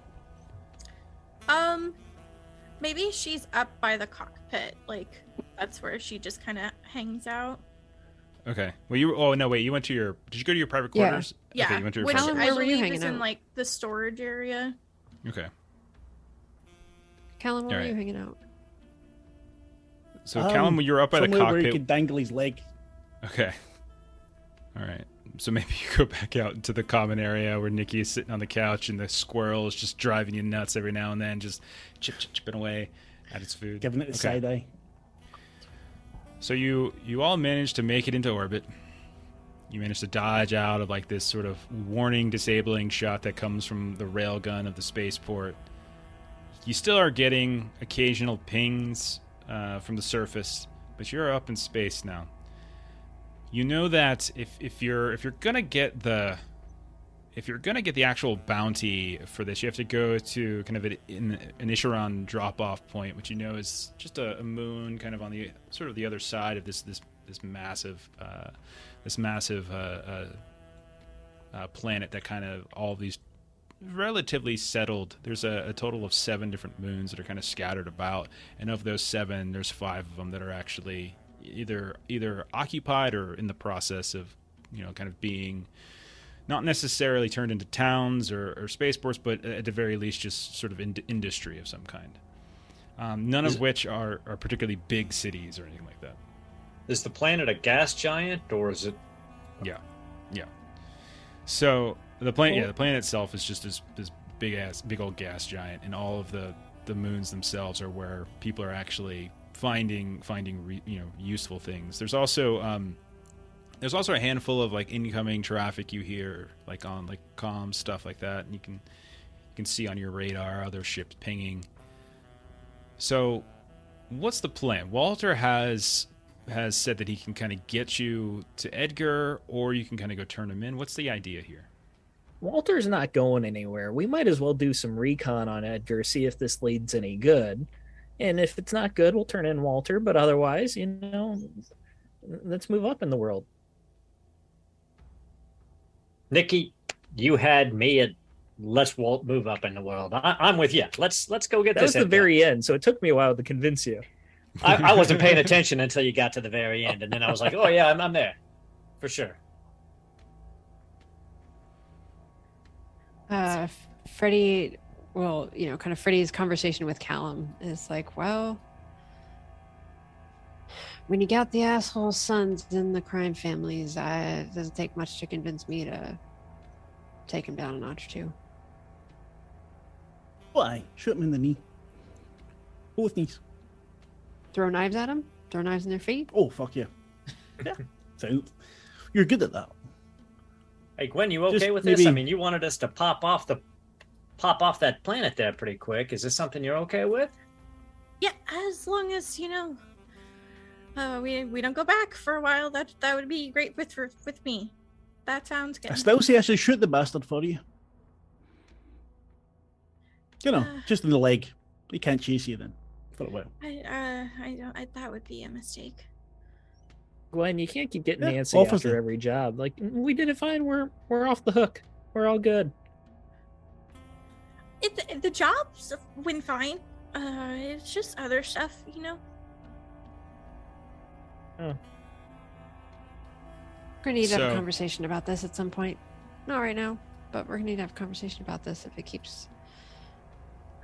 Well, I'm just up here Maybe not flying that. casual, so it'd be great for somebody to tell me where the hell I'm supposed to be pointing this hunk of junk. If you go back and talk to Walter, you try to get some information out. As long as you promise that he gets out of this cell and he doesn't get turned in, he is singing. He's like, Cross my heart, hope to die. So the Bennetts, they got a penthouse down on the planet. You see, in the in the corporate section. It's not one of the big ones because they want to be all stealthy. Like, you know how it is. Like, no one really goes there. There's like panhandlers and such here and there, but for the most part, it's off limits. They still got the corporate security that's milling about, but they got some kind of deal with them, and so they just let all of us come and go. We just kind of flash a certain smile. They kind of know each of us, and we kind of come and go. But yeah, they got this penthouse. I know that there's a helipad. It's like the only functioning helipad in all of the city, right? And that's where the whole family holds up. Cass is there, and Edgar's there, Betty, and a bunch of others too. Mid-levels and such. Now, folks like me, low levels. Now we don't stay there, but every now and then we go. We get called in for this or that. We get an assignment as such. But I'm closer to freelance. You know what I mean? I'm kind of vetting other options. Really, if you want to think about it, I'm probably gonna need a much better option than this, but yeah, I can give you I can tell you exactly which building, no problem. I can't really do much to get you past, security and things, but most of the building's just empty. It's just sort of the upper floors. That's really it. They got a couple working elevators, but they keep them guarded. Staircases mostly intact, here and there. But all it is just sort of empty office spaces and a few executive apartments that haven't been furnished. And it's just sitting there, not being used. And they won't let any of us, any of us slow folk in there to do anything, so they're just ripe for the picking. But I can tell you which one it is. I just need your word that you're not gonna, not gonna turn on me or anything like that. Wally. Can I call you Wally? I mean, I prefer Walt or Walter, but Okay, whatever so gets me out of here. Wally, let's be clear. Let's be straight. Yeah. As I said, if we end up having Edgar in that cell next to you, you get to walk out.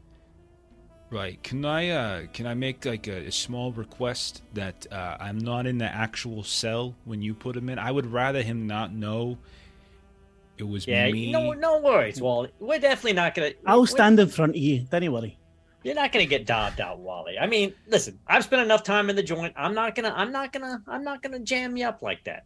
As long as you follow through with everything you said you can do. I give you my word, Scouts honor. I was never in the Scouts, to be fair, but you know the drill. On my mother's name, that kind of thing. Well, you got nothing to worry about anyway. Standard operating procedure. Everyone gets brought in that security crate. We'll let you out of the cell before we put him in his. But that's standard operating procedure. I mean, that's like that was inhuman. It's a good thing I was knocked out, but my leg is still not working. Oh no, we right. didn't put you in there. You were the exception, of course. Yeah. Oh, you guys walked me in here? I don't even remember. No. We push you in the crate. He's just pulling your leg, Wally. The one that's actually working, not the other Right. one.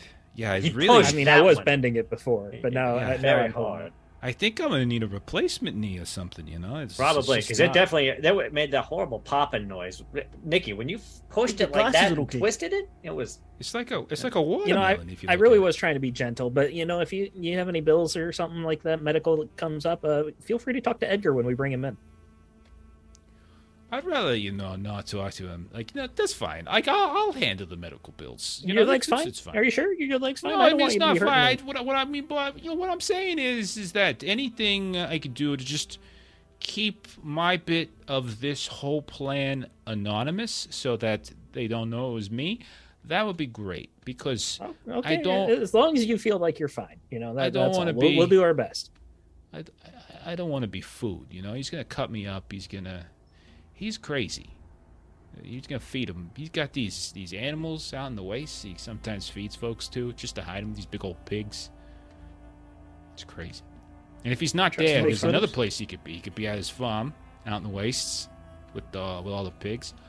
And he's got a ship too. His mom, Cass, she lets she doesn't interfere with his ship. He kind of goes his own little pleasure bus. You might have heard of it. It's called the Rhinestone Cowboy. No one likes it. It's a shiny, pain in the ass thing. Just a gas guzzling. Now, I think if we're looking for somewhere to find this Eddie fella, it might be a little easier to go out to the farm in the waste than to try to get into their penthouse, because the penthouse seems like it's going to have a whole lot of security. Farm in the waste seems like a little bit less security. He can. Yeah, I don't know where he's at though. I mean, he's one of those places, is what I'm saying. Well, sure, but if we're going to start somewhere, it seems like start at the easier one. So Where does he wowie, keep yeah. a Rhinestone Cowboy parked at? Well, I mean, they've got the helipad. It's not even really the helipad, anyways. But sometimes they'll land it on the top of the building. Sometimes it's out in the waste. I mean, it ain't the biggest thing in the world, but it's it's formidable. But he doesn't really travel too far. Sometimes he spins around. He gets a couple of his friends, gets them on there, does a little cruise around the outer rim, comes back. Ain't as many friends on the barge anymore. Who would have thought? We could always find out where he's got the Rhinestone Cowboy. Could get on there, change up the security protocols just a little bit. When he gets up out of orbit, ship locks down, environmentals go off until he takes a nap. Then we go in vac suits, pull him out, salvage the ship, take the bounty. Elvis, that sounds like a great idea to me. You always make those things sound so simple. It's easy. There's nothing. In fact, Pop's one eye. Excellent pirate and a hell of a guy. Got a bit of a food allergy. He had problems. That's one of the problems he had with some of the prison guards. But he was a hell of a pirate. And he is the one who actually taught me vac suit combat. I'm not saying that this is how he handles boarding operations himself, but maybe, just maybe, big forearms too. He was a hell of a brawler in his day, Pops. Just a thought.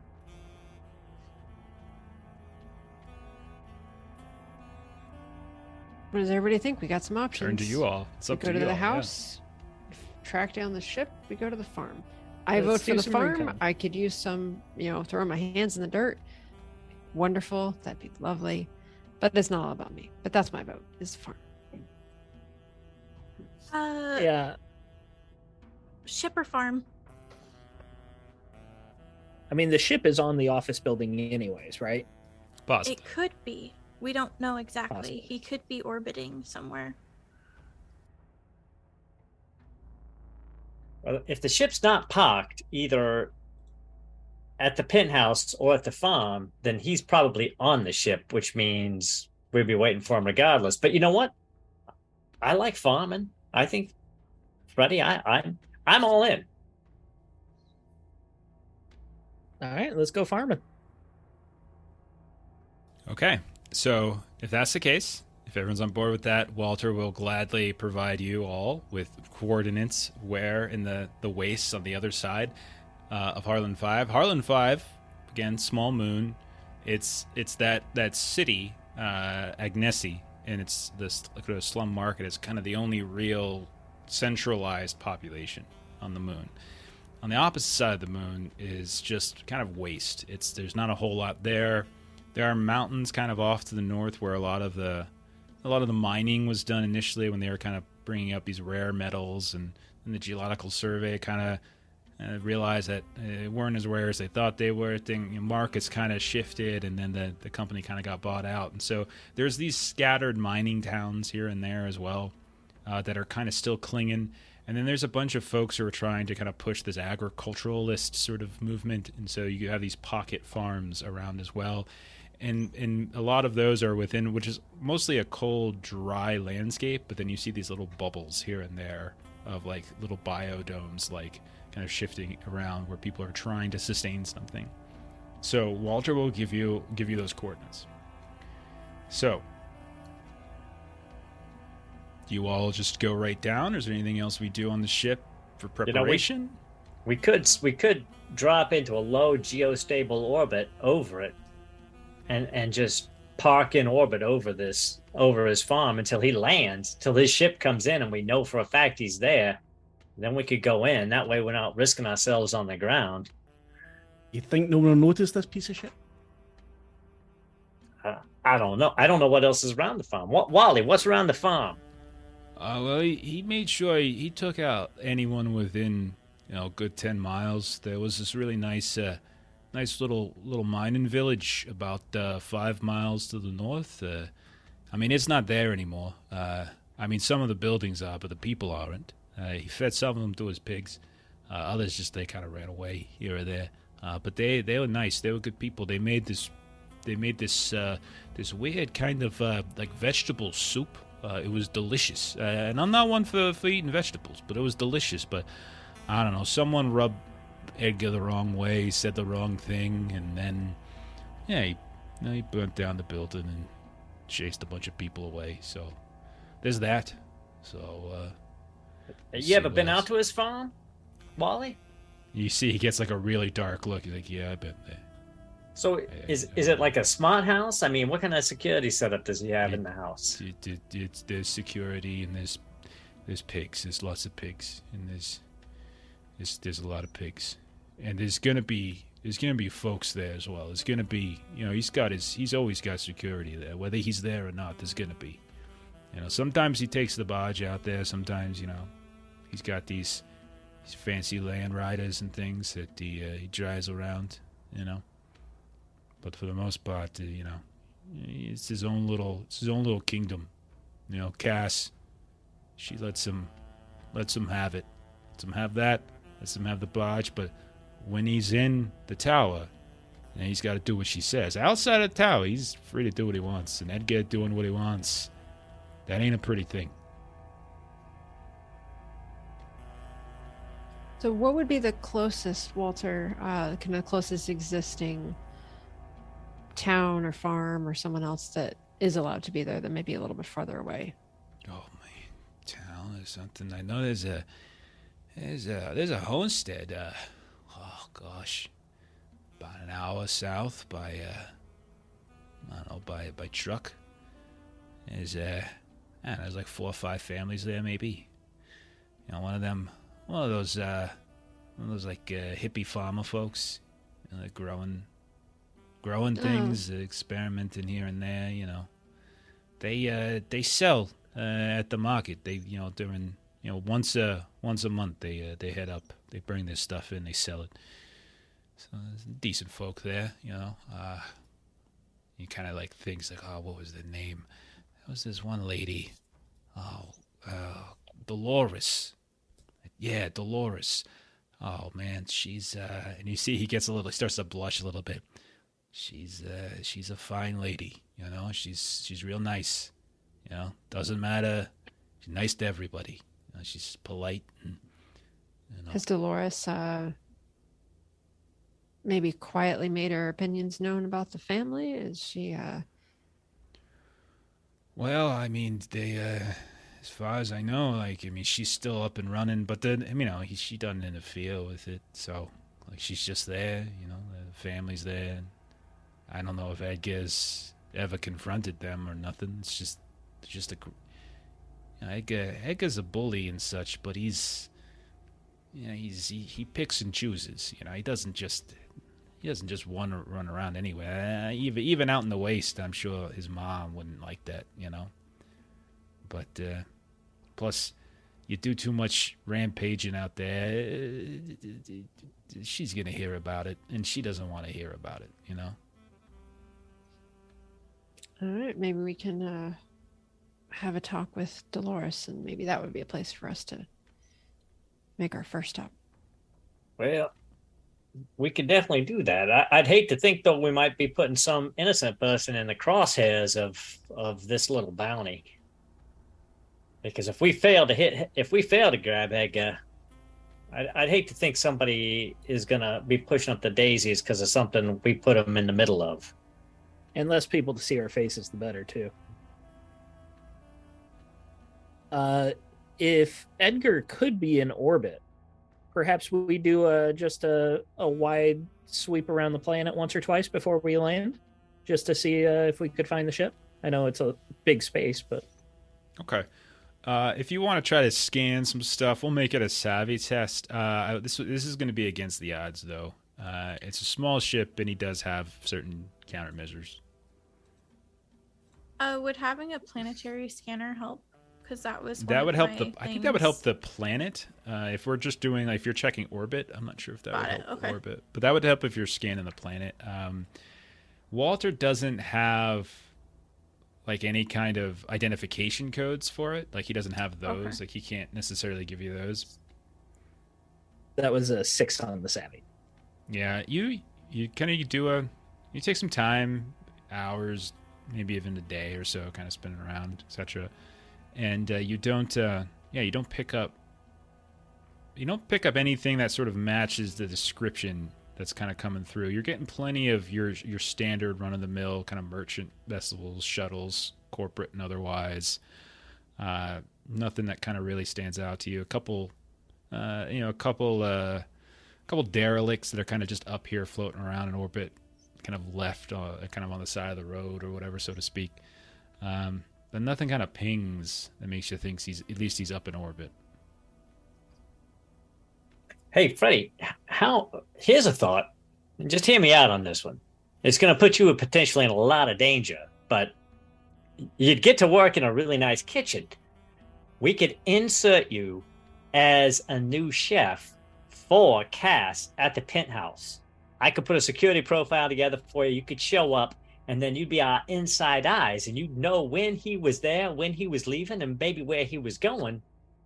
You might even be able to slip him something. Might make it easier for us to pick him up. I think that's something I could do. I think I remember what I would imagine that Mama Cass might be the one that handles hiring for things like that. So I happen to remember what she likes to eat. That might give me a little bit of a one-up if they're hiring somebody new, get me to stay on.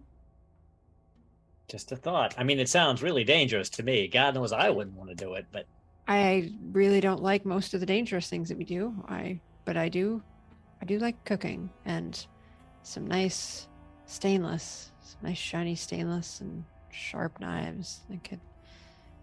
Might take my mind off how close I am to being murdered. oh, win-win. Get me a job then too. Yeah, we could get the both That of would you make in. me feel a 'cause lot better. you both, worked for the families before, so you're the lay of the land. You could get in. You could feed us some intel. We could come up with a better plan based on the information you get. Nikki and I'll stay out here and maybe go to the casino or something. We'll kill some time while you guys get hired. So Callum and I go get ourselves shot, and you go make some money. No. You No, go, if I shoot them first. You go cook. You go cook for Cass, and Callum guards you while you cook for Cass, and we wait to hear some good information from you, and then we pick up Edgar and possibly, maybe just knock over a casino or something like that with Gwen. At the very least, we'll put it all in black. I don't know what he's talking about with that. I don't gamble, but But yeah, Oh, we'll you put it don't on gamble. black. I will open your world. No, I just win. I don't like to gamble. I just like to make sure I win. Everyone have fun with that. Gwen, what are you going to be doing? You seem a bit shaken up today. I'm going to be constantly watching news or checking the news and seeing what updates I can get us.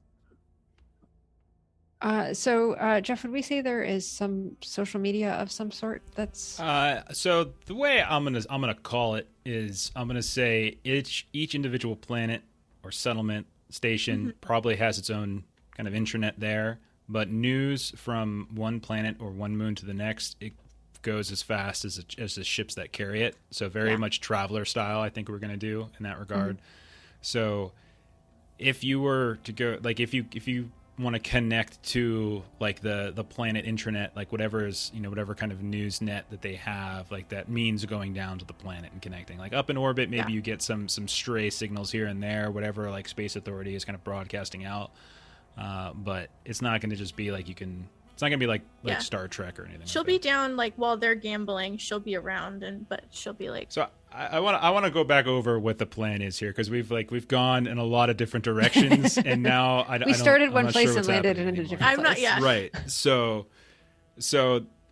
what is the next step for this crew? How are we getting closer to Edgar So the Bennett? first thing that we tried was seeing if he was at the farm and seeing if we were going to get lucky, and his ship was in orbit near the farm in the wastes, and that struck out. So just remember, the ships can land in this setting, and so it's also possible he could just he could be landed nearby, stuff like that too. So you guys were just kind of scanning that orbital. So that's option one, is to kind of go out to the farm or whatever. Option two, Seeing if we could insert Freddie and Callum into the penthouse staff, so they can get eyes and ears on Edgar's movements, and then we can, based on that information, we can determine what's the best place to hit him and how. So we actually have the intelligence to do the job right. okay, that's two. Is there a third option? Nuke it from orbit. Yeah, we From orbit, we so robbed you're the already casino. Nikki and Elvis, you're gonna rob a casino. It's your casino with your friend lady. It's No, we Casino won't. We Meridian. won't rob the Meridian. But we're gonna gamble there and check out security while we plan a different casino to rob. Okay. And that's just a side thing. Just dry run in a different casino. Yeah. Okay, so just let me know what we want to do. Start with the farm. Yeah, we'll probably want to start with the farm and just cover that avenue before we try and Okay. insert So- Freddie and Callum, because that makes me nervous. Sure. So you get coordinates from Walter, no problem. Take the ship back into orbit. Stay away from space. So you're on the other side of the moon. So you're not concerned with the Space Authority that you just pissed off like a day or so ago, we'll say. And Gwen, if you're scanning, because you said the ship has a planetary scanner. Is that what you're doing? Yeah. Go ahead and roll a savvy test with upper hand, and see if you can, as you're kind of starting to come down to this wasteland field of various farms and homesteads and stuff scattered about. 11. Okay, so as you're kind of you coming in, you can see those of you who are by a either some kind of console with a scanner display, or even just kind of looking out like a viewing port or something. It's just this huge kind of rocky, orange, dry, kind of cracked ground. And there's all of these occasional just glassy bubbles of green that are just scattered about as you're coming down. And you can tell that these are, you all would know, are just like, these are people who are just trying as best they can to make something out of where they're stuck. But as you, Gwen, go ahead and start kind of scanning around, you're looking for signs of ships in the area. You're being able to, the kind of closer you get to the surface, the more you're able to kind of localize your scans and localize your scans and localize your scans. And eventually you do actually pick up on a ping of what seems like the type of model or high-end kind of barge system that a ship that you would expect to sort of match the basic functionality that Walter described. And when you look at the actual coordinates that he gives you for Bennett's farm, you do see that they are the same. And so it kind of leads you to assume that he's kind of parked out there. Okay. It does appear like he is parked out at his farm. Good news. Now the question is, where do we park where we won't be noticed? And also, how many people does he have hired right now?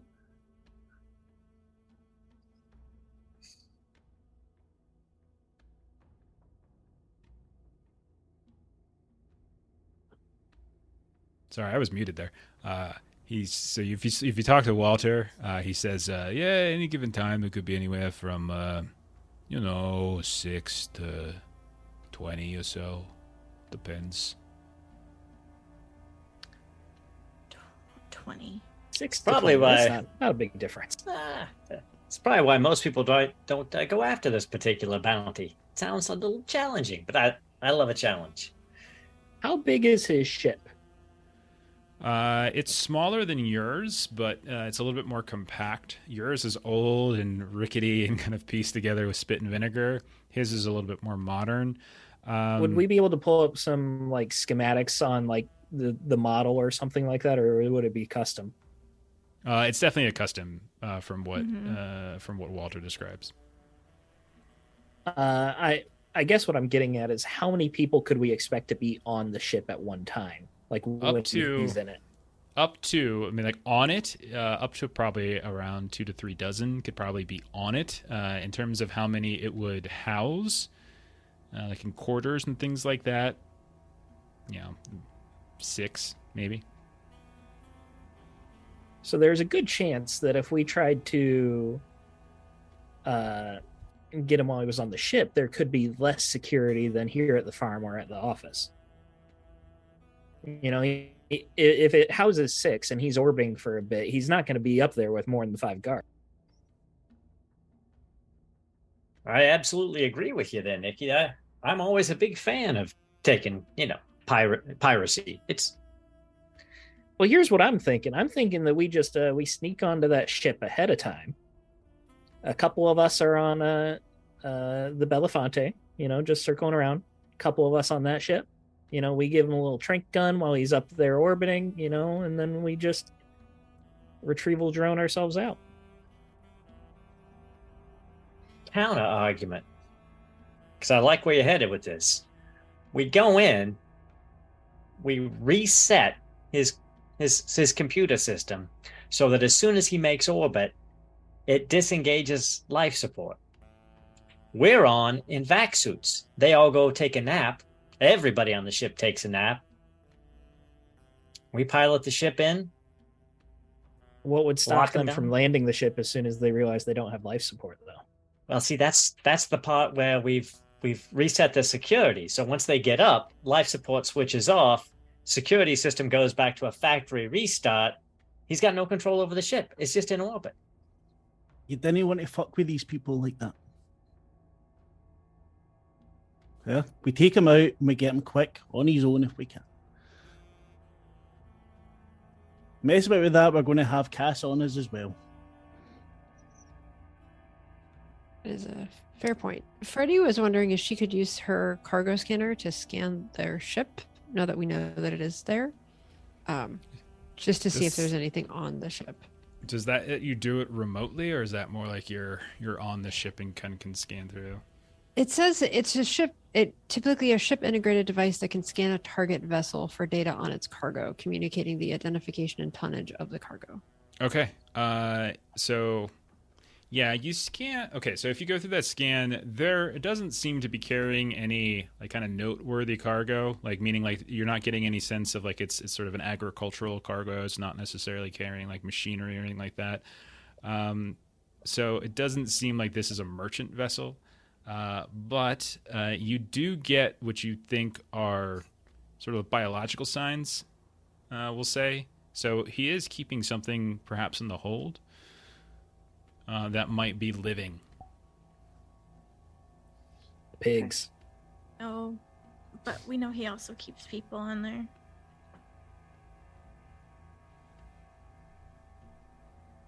I want those people out of there. Say that again. I want those people out of there. Unless there is guards, but yeah. Given his reputation, we might be doing a rescue mission and a bounty all at the same time. I haven't been doing this too long. Maybe there's extra bounties with that. Maybe you get extra pay when you rescue people and you take care of the bounty. More money. More money's good. More money's good. So All right. let's do some recon on the ship once we get on the ground then. Okay. So we'll say you land the ship at some distance away, but as much distance as you can you're willing to sort of traverse on foot. I don't think you have any ground vehicles, do you? Yeah. Before we leave the ship, Yep. Callum wants a word with Walter. So when everyone Okay. else is out of the way. And he looks up at you.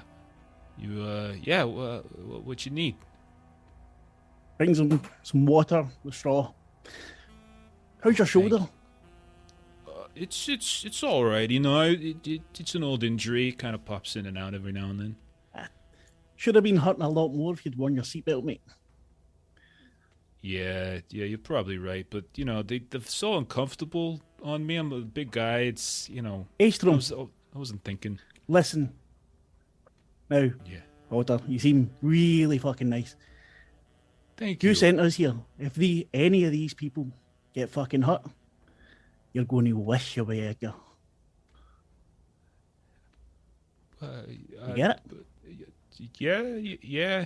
And if not, you'll be grand. You know, I'll make sure they let you go. I will not let them keep you if they get hurt.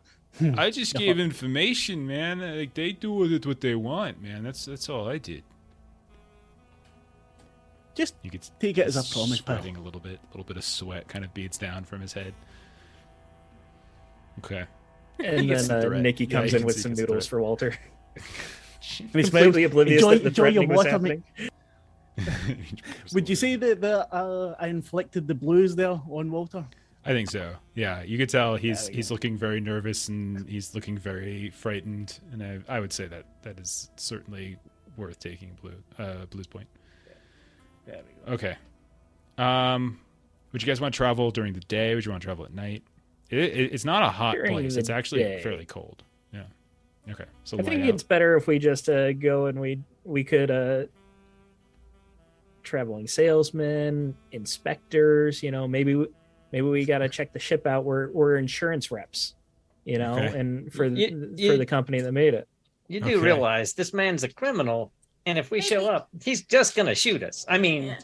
he's just gonna shoot us.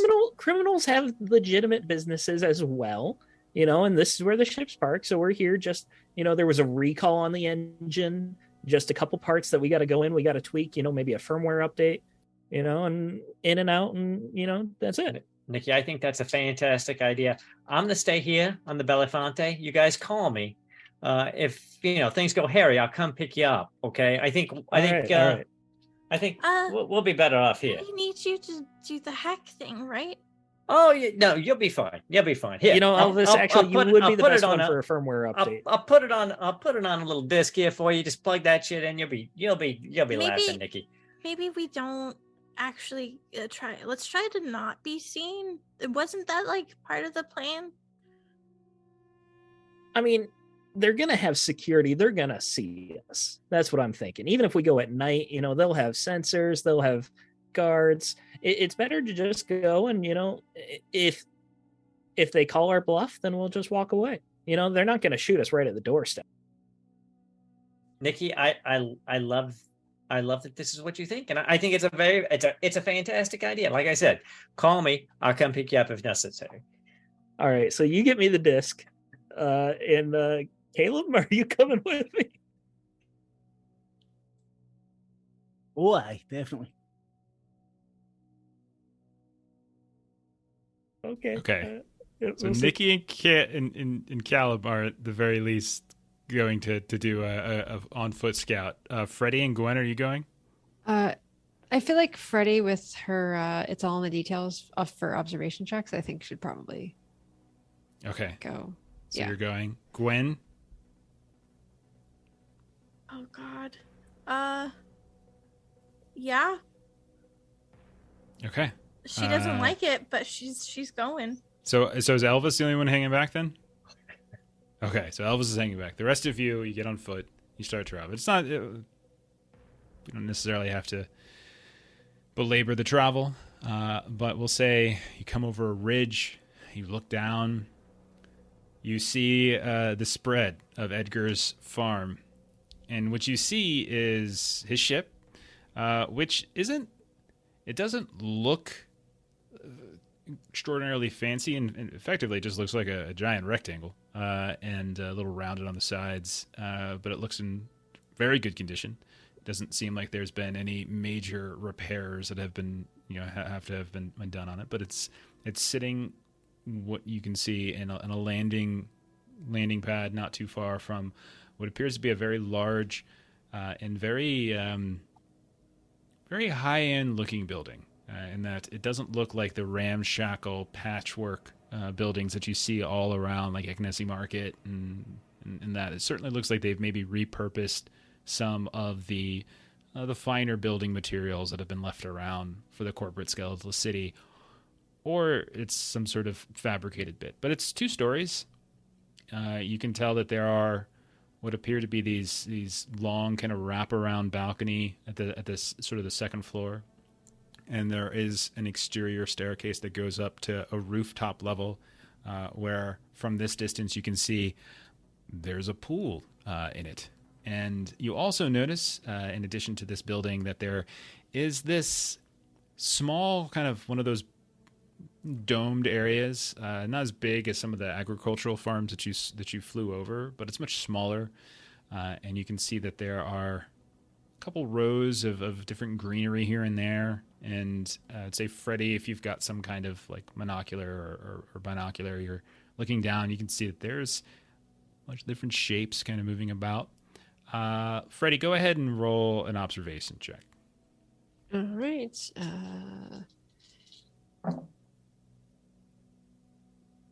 Oh my gosh. 2 1s. That is a 7. Okay. Do you want to exert yourself? I feel like this is going to go badly if I keep doing this, but I'm going to How do could it it anyway. possibly go badly?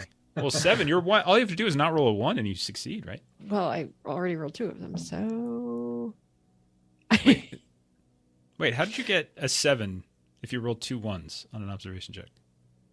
A 6, a 1, and a 1, and it was upper hand. Oh, okay. So didn't I dropped realize the you rolled 1. a 6. Okay. And Okay. spent a heart to re-roll the 1 and got a 1. So I still got a 7. Oh, Yeah. no. You see, you were looking, you guys are waiting up here and got a decent viewpoint, looking down. There's maybe 3 people here. That's all you count.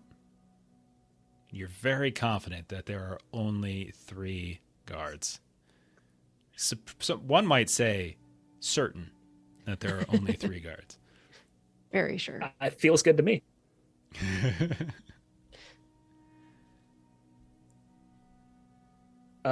So I think we would try to procure transportation. Something that looks a little bit more upper class this time. Maybe we hire out a car, actually go legit. Is there somewhere in this area that You guys are in the middle. would We're in be the a middle of nowhere, right? thing? You're in the middle of Yeah. nowhere. You're Yeah. in wastelands. There's little different pockets of stuff. People usually, I mean, like, while there's some folks that might do some ground travel between these places, you're so far from the main hub, Ignacy, that like people would take a ship. Yeah, so on the ground it would just be like finding I'm picturing like a farmer's truck kind of a thing would be. Can't call an Uber. No, I don't think so. Sorry. I want to yes and that, but no, I don't want to do that. Maybe we're trying to buy All a right. pig. I think I've got a good thing going. We'll go with the firmware update. Elvis has it set up. I'll go in there. Insurance rep just need to look around a little bit. Calum, you look very professional. So I think this could work for us. Big broken nose, tattoo of 42 on his neck. Aye. Yeah, we're going mafia professional. Yeah. All right, so Nikki's leading this. So Nikki, are you going up and like knocking on the door, or are you sneaking up and trying to like get onto the ship? I want to look as legit as possible, and I want to like at the gate or whatever, or the door, whatever video camera. I want to try and talk my way in. Okay, so you're going right up to the door. All right. What are the rest of you doing? Elvis, I understand, is probably taking the ship and flying it away and finding a different crew to work with. What are the rest of you doing? I would say probably preparing for plan B of just sneaking on the ship. Oh, God, I don't even want a plan B at this point. Plan A is hard enough to pull off to begin with. Okay, so, Freddie, you're going to sneak onto the ship while Nikki is going to the front door? Yes. Okay. Gwen and Callum, what are the two of you doing? I'd be sticking with Nikki, but trying to keep an eye on Freddie. Okay. I'll go in with Freddie. If anything, we'll be pulling attention away from Freddie, so this could work. Okay. So Nikki and Callum are going to the door. At a certain point, you will lose sight of Freddie, as the house will basically be between you and where she's kind of wandering off to. But you can keep an eye on her up until that point. Freddie, Gwen, you're going towards the. We have split the party 3 ways. This is absolutely phenomenal. Elvis is watching all of us somehow from the ship. Okay. The Freddie, AI is complaining about how stupid we are. I'm on the comms. I'm like going, hey, Wally, like I said, I'm not a betting man, but there's absolutely no chance any of them are coming back alive. So you're probably going to get turned in for the bounty because I'm going to have to. Elvis, your mic is on. Your mic is on. Sorry, guys. You'll be fine. I love this plan. 100% going to work. Listen. Hey, you don't got to. If you're running out of food, I could be on your crew. You saw me in action, man. I can think on my feet. I can fly. I can cook. I'm pretty good at cooking. I can make sandwiches.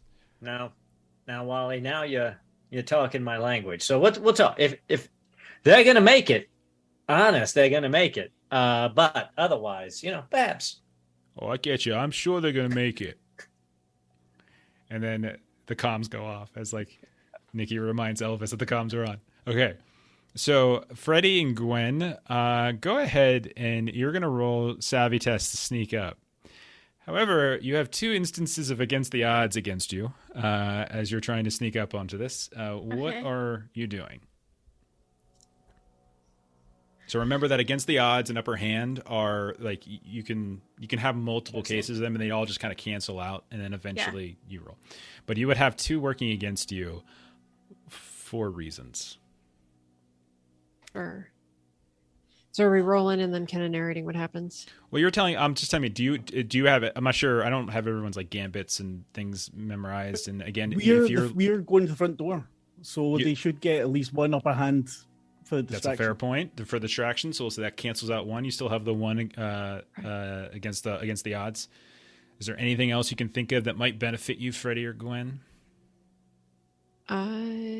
Not from my trouble. I mean, my gambit is just specifically for observation checks, so it's not gonna have anything to do with this. Well, observation check, you'll be checking who be able to see if something's able to see you.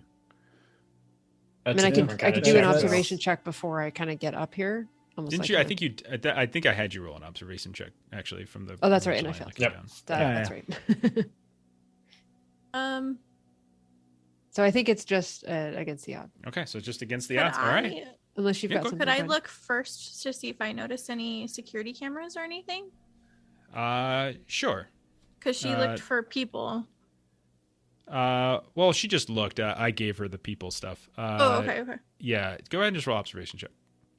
Observation is just you're looking for stuff that wasn't immediately described. Okay. I need 8, right? Got it. Yeah. Okay. There are, in fact, several security cameras that are decked all around this place, and you can see they're hanging down from beneath the second, like that balcony. You can see it everywhere. So like the entire main house, like you can't take a step without being on camera. You also notice over by the actual landing pad, there's what looks like some kind of sort of maintenance. At first you thought it was kind of a maintenance shed or something like that, or maybe a fuel fill up, and it might be that. But you also notice that there is quite clearly a security guardhouse. So as you and Freddy are kind of sneaking down the ridge, going in the direction, Callum and Nikki are more boldly going around to the front of the building. Freddy and Gwen, you suddenly grab Freddy's, like the back of Freddy's shoulder. You're not sure if the cameras have already caught you or not, but you point out and you can see that there is some kind of booth that's right there, and it is occupied. Freddy, you didn't see that there is somebody quite literally inside of a booth. That is something you see. What I'll say is that since you noticed it, you can just roll your stealths flat now. Okay. So you can try to compensate for it, basically, is what I'm saying. All right. Okay. And so now we're doing a savvy. Mm-hmm. Still savvy, yeah. Oh, God. All right. 10. I am gonna spend two. Two heart. Yeah. Okay. Ooh. To reroll, basically. Okay. Yep. All right. And thank God I did 6, 7, 8, 9, 10. 10. Okay. I It's rolled the two of you. I rolled 2 1s the first Okay. time. Oh, no. All right. So the two of you now taking a different angle, putting the sort of the ship as best you can, and the landing struts as best you can between yourself and what this booth is, trying to take an angle, kind of leading up, kind of working your way up until you are on the line, like you step off like the dirty, like crunchy ground, and feet go on top of the landing pad itself. You feel the concrete underneath, the smoothness of the concrete. Dust kind of moves around as wind starts to whiff through. You move up to one of these landing struts and you lean against it like you're basically up against a tree at this point. Mm-hmm. And you know that there's there's some way to get in here. Likely you're going to have to kind of go up a ramp, go through some security, that kind of thing. But you have made it onto the landing pad, and you're right underneath the ship. Meanwhile, Nikki, Callum, you all are wandering around to the front of the building. Looking legit, I believe was the term that Nikki wanted to do. Just roll legit. You go around to the front of the building. You notice that there are what looks like these like dirt bikes that have been locked up in the front of the building, like in a sort of a little wheel rack area. They look kind of beautiful and glossy and in all sorts of fancy colors. Stark contrast to the veritable drab gray, and then like the white or drab brown, and then the whites and grays of the building itself. You notice that about 10 feet from the door itself, like there's this overhang, and then there's like this looks like gray kind of metal glossy door that leads into the building, and then there's an overhang the rest of the way. You see like there's a walkway, a bricked walkway. You see that there's a small little intercom, and you can see as the two of you come around, you can very clearly see you are on camera, and there's an intercom right there. What do you want to do? A big smile. All right, look professional. Look professional. Okay. Callum gives a big smile. Nikki, you want to look press professional. the intercom. Okay. And you press the intercom. Buzz. You hear a voice come on. Hey, what do you want? Hello, my name is Chance Clover. I work for Negotiated Outer Orbit Damage Liability Enterprises. This is my associate, Bruce Roberts. We represent a client who has self-reported an accidental collision in orbit with what we have tracked to be your ship. We just need to take a couple pictures for liability purposes, and then you should be able to get a little settlement out of this. Your insurance? Unfortunately, yes. 1 second. You kind of wait. It's this long pause. You don't hear anything. You look around.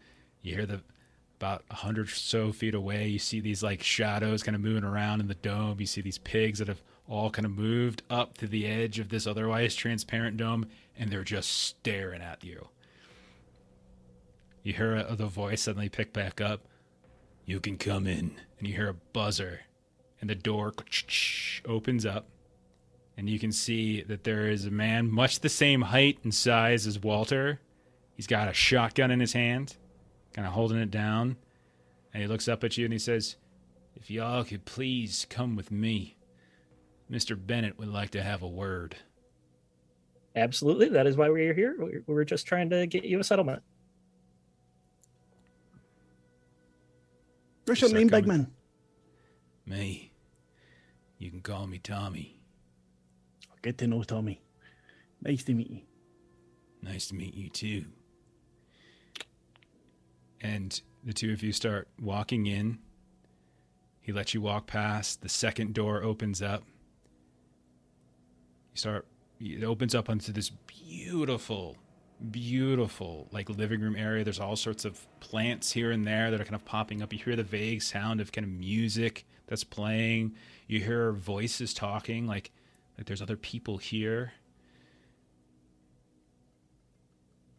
You can see that there is this sunken living room with this enormous swirling couch around this like same side, like this enormous ottoman as well, on top of which there are all these different glasses that are kind of clinking around. You can see there's probably about 4 or 5 people kind of sitting down. There's a little bit of leaves that are kind of getting in the way. You can't tell if that's the first one. And you hear the guy's voice, Tommy's from behind. You say, Mr. Bennett, they're here. And he's like, "Oh, how wonderful. Well, why don't you two boys come around so we can get a better look at you?" Of course. Like I said, my name's Chance Clover. This is my associate, Bruce Roberts. We're here on behalf of Negotiated Outer Orbit Damage Liability Enterprises. Like I said, I have a client that self-reported a collision in orbit, and we just need to take a couple pictures of your ship, just do a little looky-loo, and you should be able to get quite a sizable settlement. You go down these marbled steps of into the sunken living room area where there's the party that's happening, and you hear the voice. "Oh, that sounds very interesting. I'm always interested in getting more money." As you start coming around, Nikki's still talking a mile a minute. Just talking a mile a minute. You see Edgar Bennett right there. He's got 2 people on his left, 2 people on his right, 2 women, and he's got like 2 men sitting there as well. Callum, as you look up, your eyes are scanning across the groups. You notice a face you recognize. You notice that his leg is kind of got this strange boot, and his arm and his hand that's holding this glass is kind of missing a few fingers. This maimed looking hand.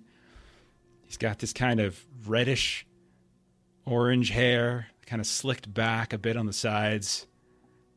And he looks up at you, and his eyes kind of grow wide. He gets this big grin on his face. And he just says, and I can't do a Scottish accent, so I'm not going to do it. Okay. "Long time no see. Hey, Callum?" And what ends there? Good there, mate. Nikki is just feigning shock, like, "Hello, never heard that name before." Nikki's still going with it. Callum, I don't know. I don't even know this guy. I just found him out in the way. Okay. He's not called Bruce. Yeah. Would you say that I made an outrageous bluff? Oh, for sure. Absolutely. Would you say that I went all in and I'm living to regret it? Oh, gosh, yes. Yeah. Your entire next All right, session will keep be losing along. regretting what you've done. Callum, you do notice the McGregor kid that Freddie maimed, and we'll probably learn more about that next session. But that is where we'll end with Nikki and Caleb inside, face to face with Edgar Bennett and an old foe, with Gwen and Freddy hiding out underneath the ship, and with Elvis and Walter figuring out what they're going to do with their new ship. Buddy cop comedy. Buddy cop time, yeah. Buddy piracy movie. I'm convinced the theory was sound. If Caleb didn't have a history, we could have gotten. Sure. That's true. Oh, I blame me. That's So, like I told you, Elvis is not a gambler. So, I mean, he goes for the sure thing. And he thought, this is a gamble that he's not willing to make with his life. So, That's definitely I'll just fair. shoot the bug on the face next time. Oh my God. I'm sure we'll get out, Vicky. Oh, goodness. Oh, this is going to be needed for Plan C, which was New Kid Off from Space. All right, we'll close it down for this week. We'll be back again same time next week with more Orbital Blues while we do a couple closing roundtable. Mark, where can we find you on the interwebs? What else do you do? So I'm Mark, the Cthulhu Kid on Twitter with appropriate underscores. I'm one of the GMs over at TTRP Theatre. You can get loads of games over there, mostly horror. I can't be asked listing it all out, so in the chat, Jeff put up. Thank you very much. Had a great time, by the way. Yeah. Thanks for joining and us. if you're watching this later on YouTube or VOD or whatever, check the show notes. You'll get links for everyone's stuff. Yeah, go follow TTRP Theater, TTRP_theater on Twitch. Aaron, what's going on Garblag? let's see. On Garblag, starting on Monday, Ben is going to be running some City of Mists at 1 p.m. Pacific Standard Time. On Tuesday, I believe they'll be back for Coriolis. With Millie running Coriolis. Wednesday should be the season finale of season 3 of Once Upon a Time in the Old World, our Warhammer Fantasy Roleplay 4th edition, where we are, probably all going to die. But that's Warhammer for you, and that's kind of what we're used to. Thursday, I believe we'll be back with Lewis running the One Ring at 1 p.m. And then Thursday night at 7 p.m. Pacific Standard Time, we'll be back for some Achtung Cthulhu, I believe, where we will also probably all die, because that's what we do. And then Friday, 1 p.m. Pacific Standard Time, you'll get to see Jeff in our Blades in the Dark game as they move into some entanglements and some downtime after a interesting approach to their last score. Mm-hmm. That's we will probably also all die at some point. Probably also all die. Yes. All right. Next Saturday is you're running a City of Mist game. Okay. Was that right, Mark? Yeah, every second Saturday. Yeah. Nice. Okay. Perfect. So the next Saturday before this. So if I'm extra tired, then that's why. Yeah, you get a double header. Melissa and I will be coming from a double header then as well. Yeah, but you're used to it. You're both. It's crazy how much you do. Steven and I have a doubleheader today. This is round 1. We have round 2 in like an hour and a half. Let's see. I'm not running though. I'm just causing chaos. I know. So I'm running both of them today. I don't love So many games, so little time. So yeah, Steven and I, in about an hour and 45 minutes over in Grim and Perilous Plays, we're playing Heart, the City Beneath.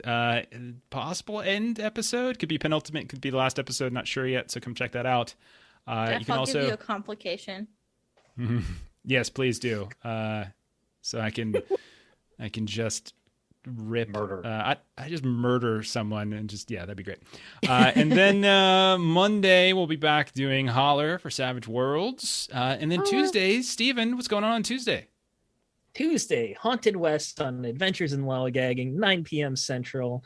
Weird West Horror by Darker Hue Studios. It's been a lot of fun. We're about halfway through this arc. We got a little bit left and we're wrapping it up. Hopefully I'll get a kill by the end. It should be a lot of fun. Fantastic. And next Friday we'll be back for more Mothership Gradient Descent. So lots of stuff. You probably forgot everything we just said, but go follow everybody. Go watch everybody's stuff. It's a lot of fun. We're gonna go ahead and raid Boys from the Baltic Star. I've been raiding them lately because I know they also sometimes play Orbital Blues. So we're gonna go ahead and raid them. Follow the raid. Thank you if you're watching this later on VOD or listening to this on podcast. And we'll see you next time. So, bye-bye. Bye. Bye.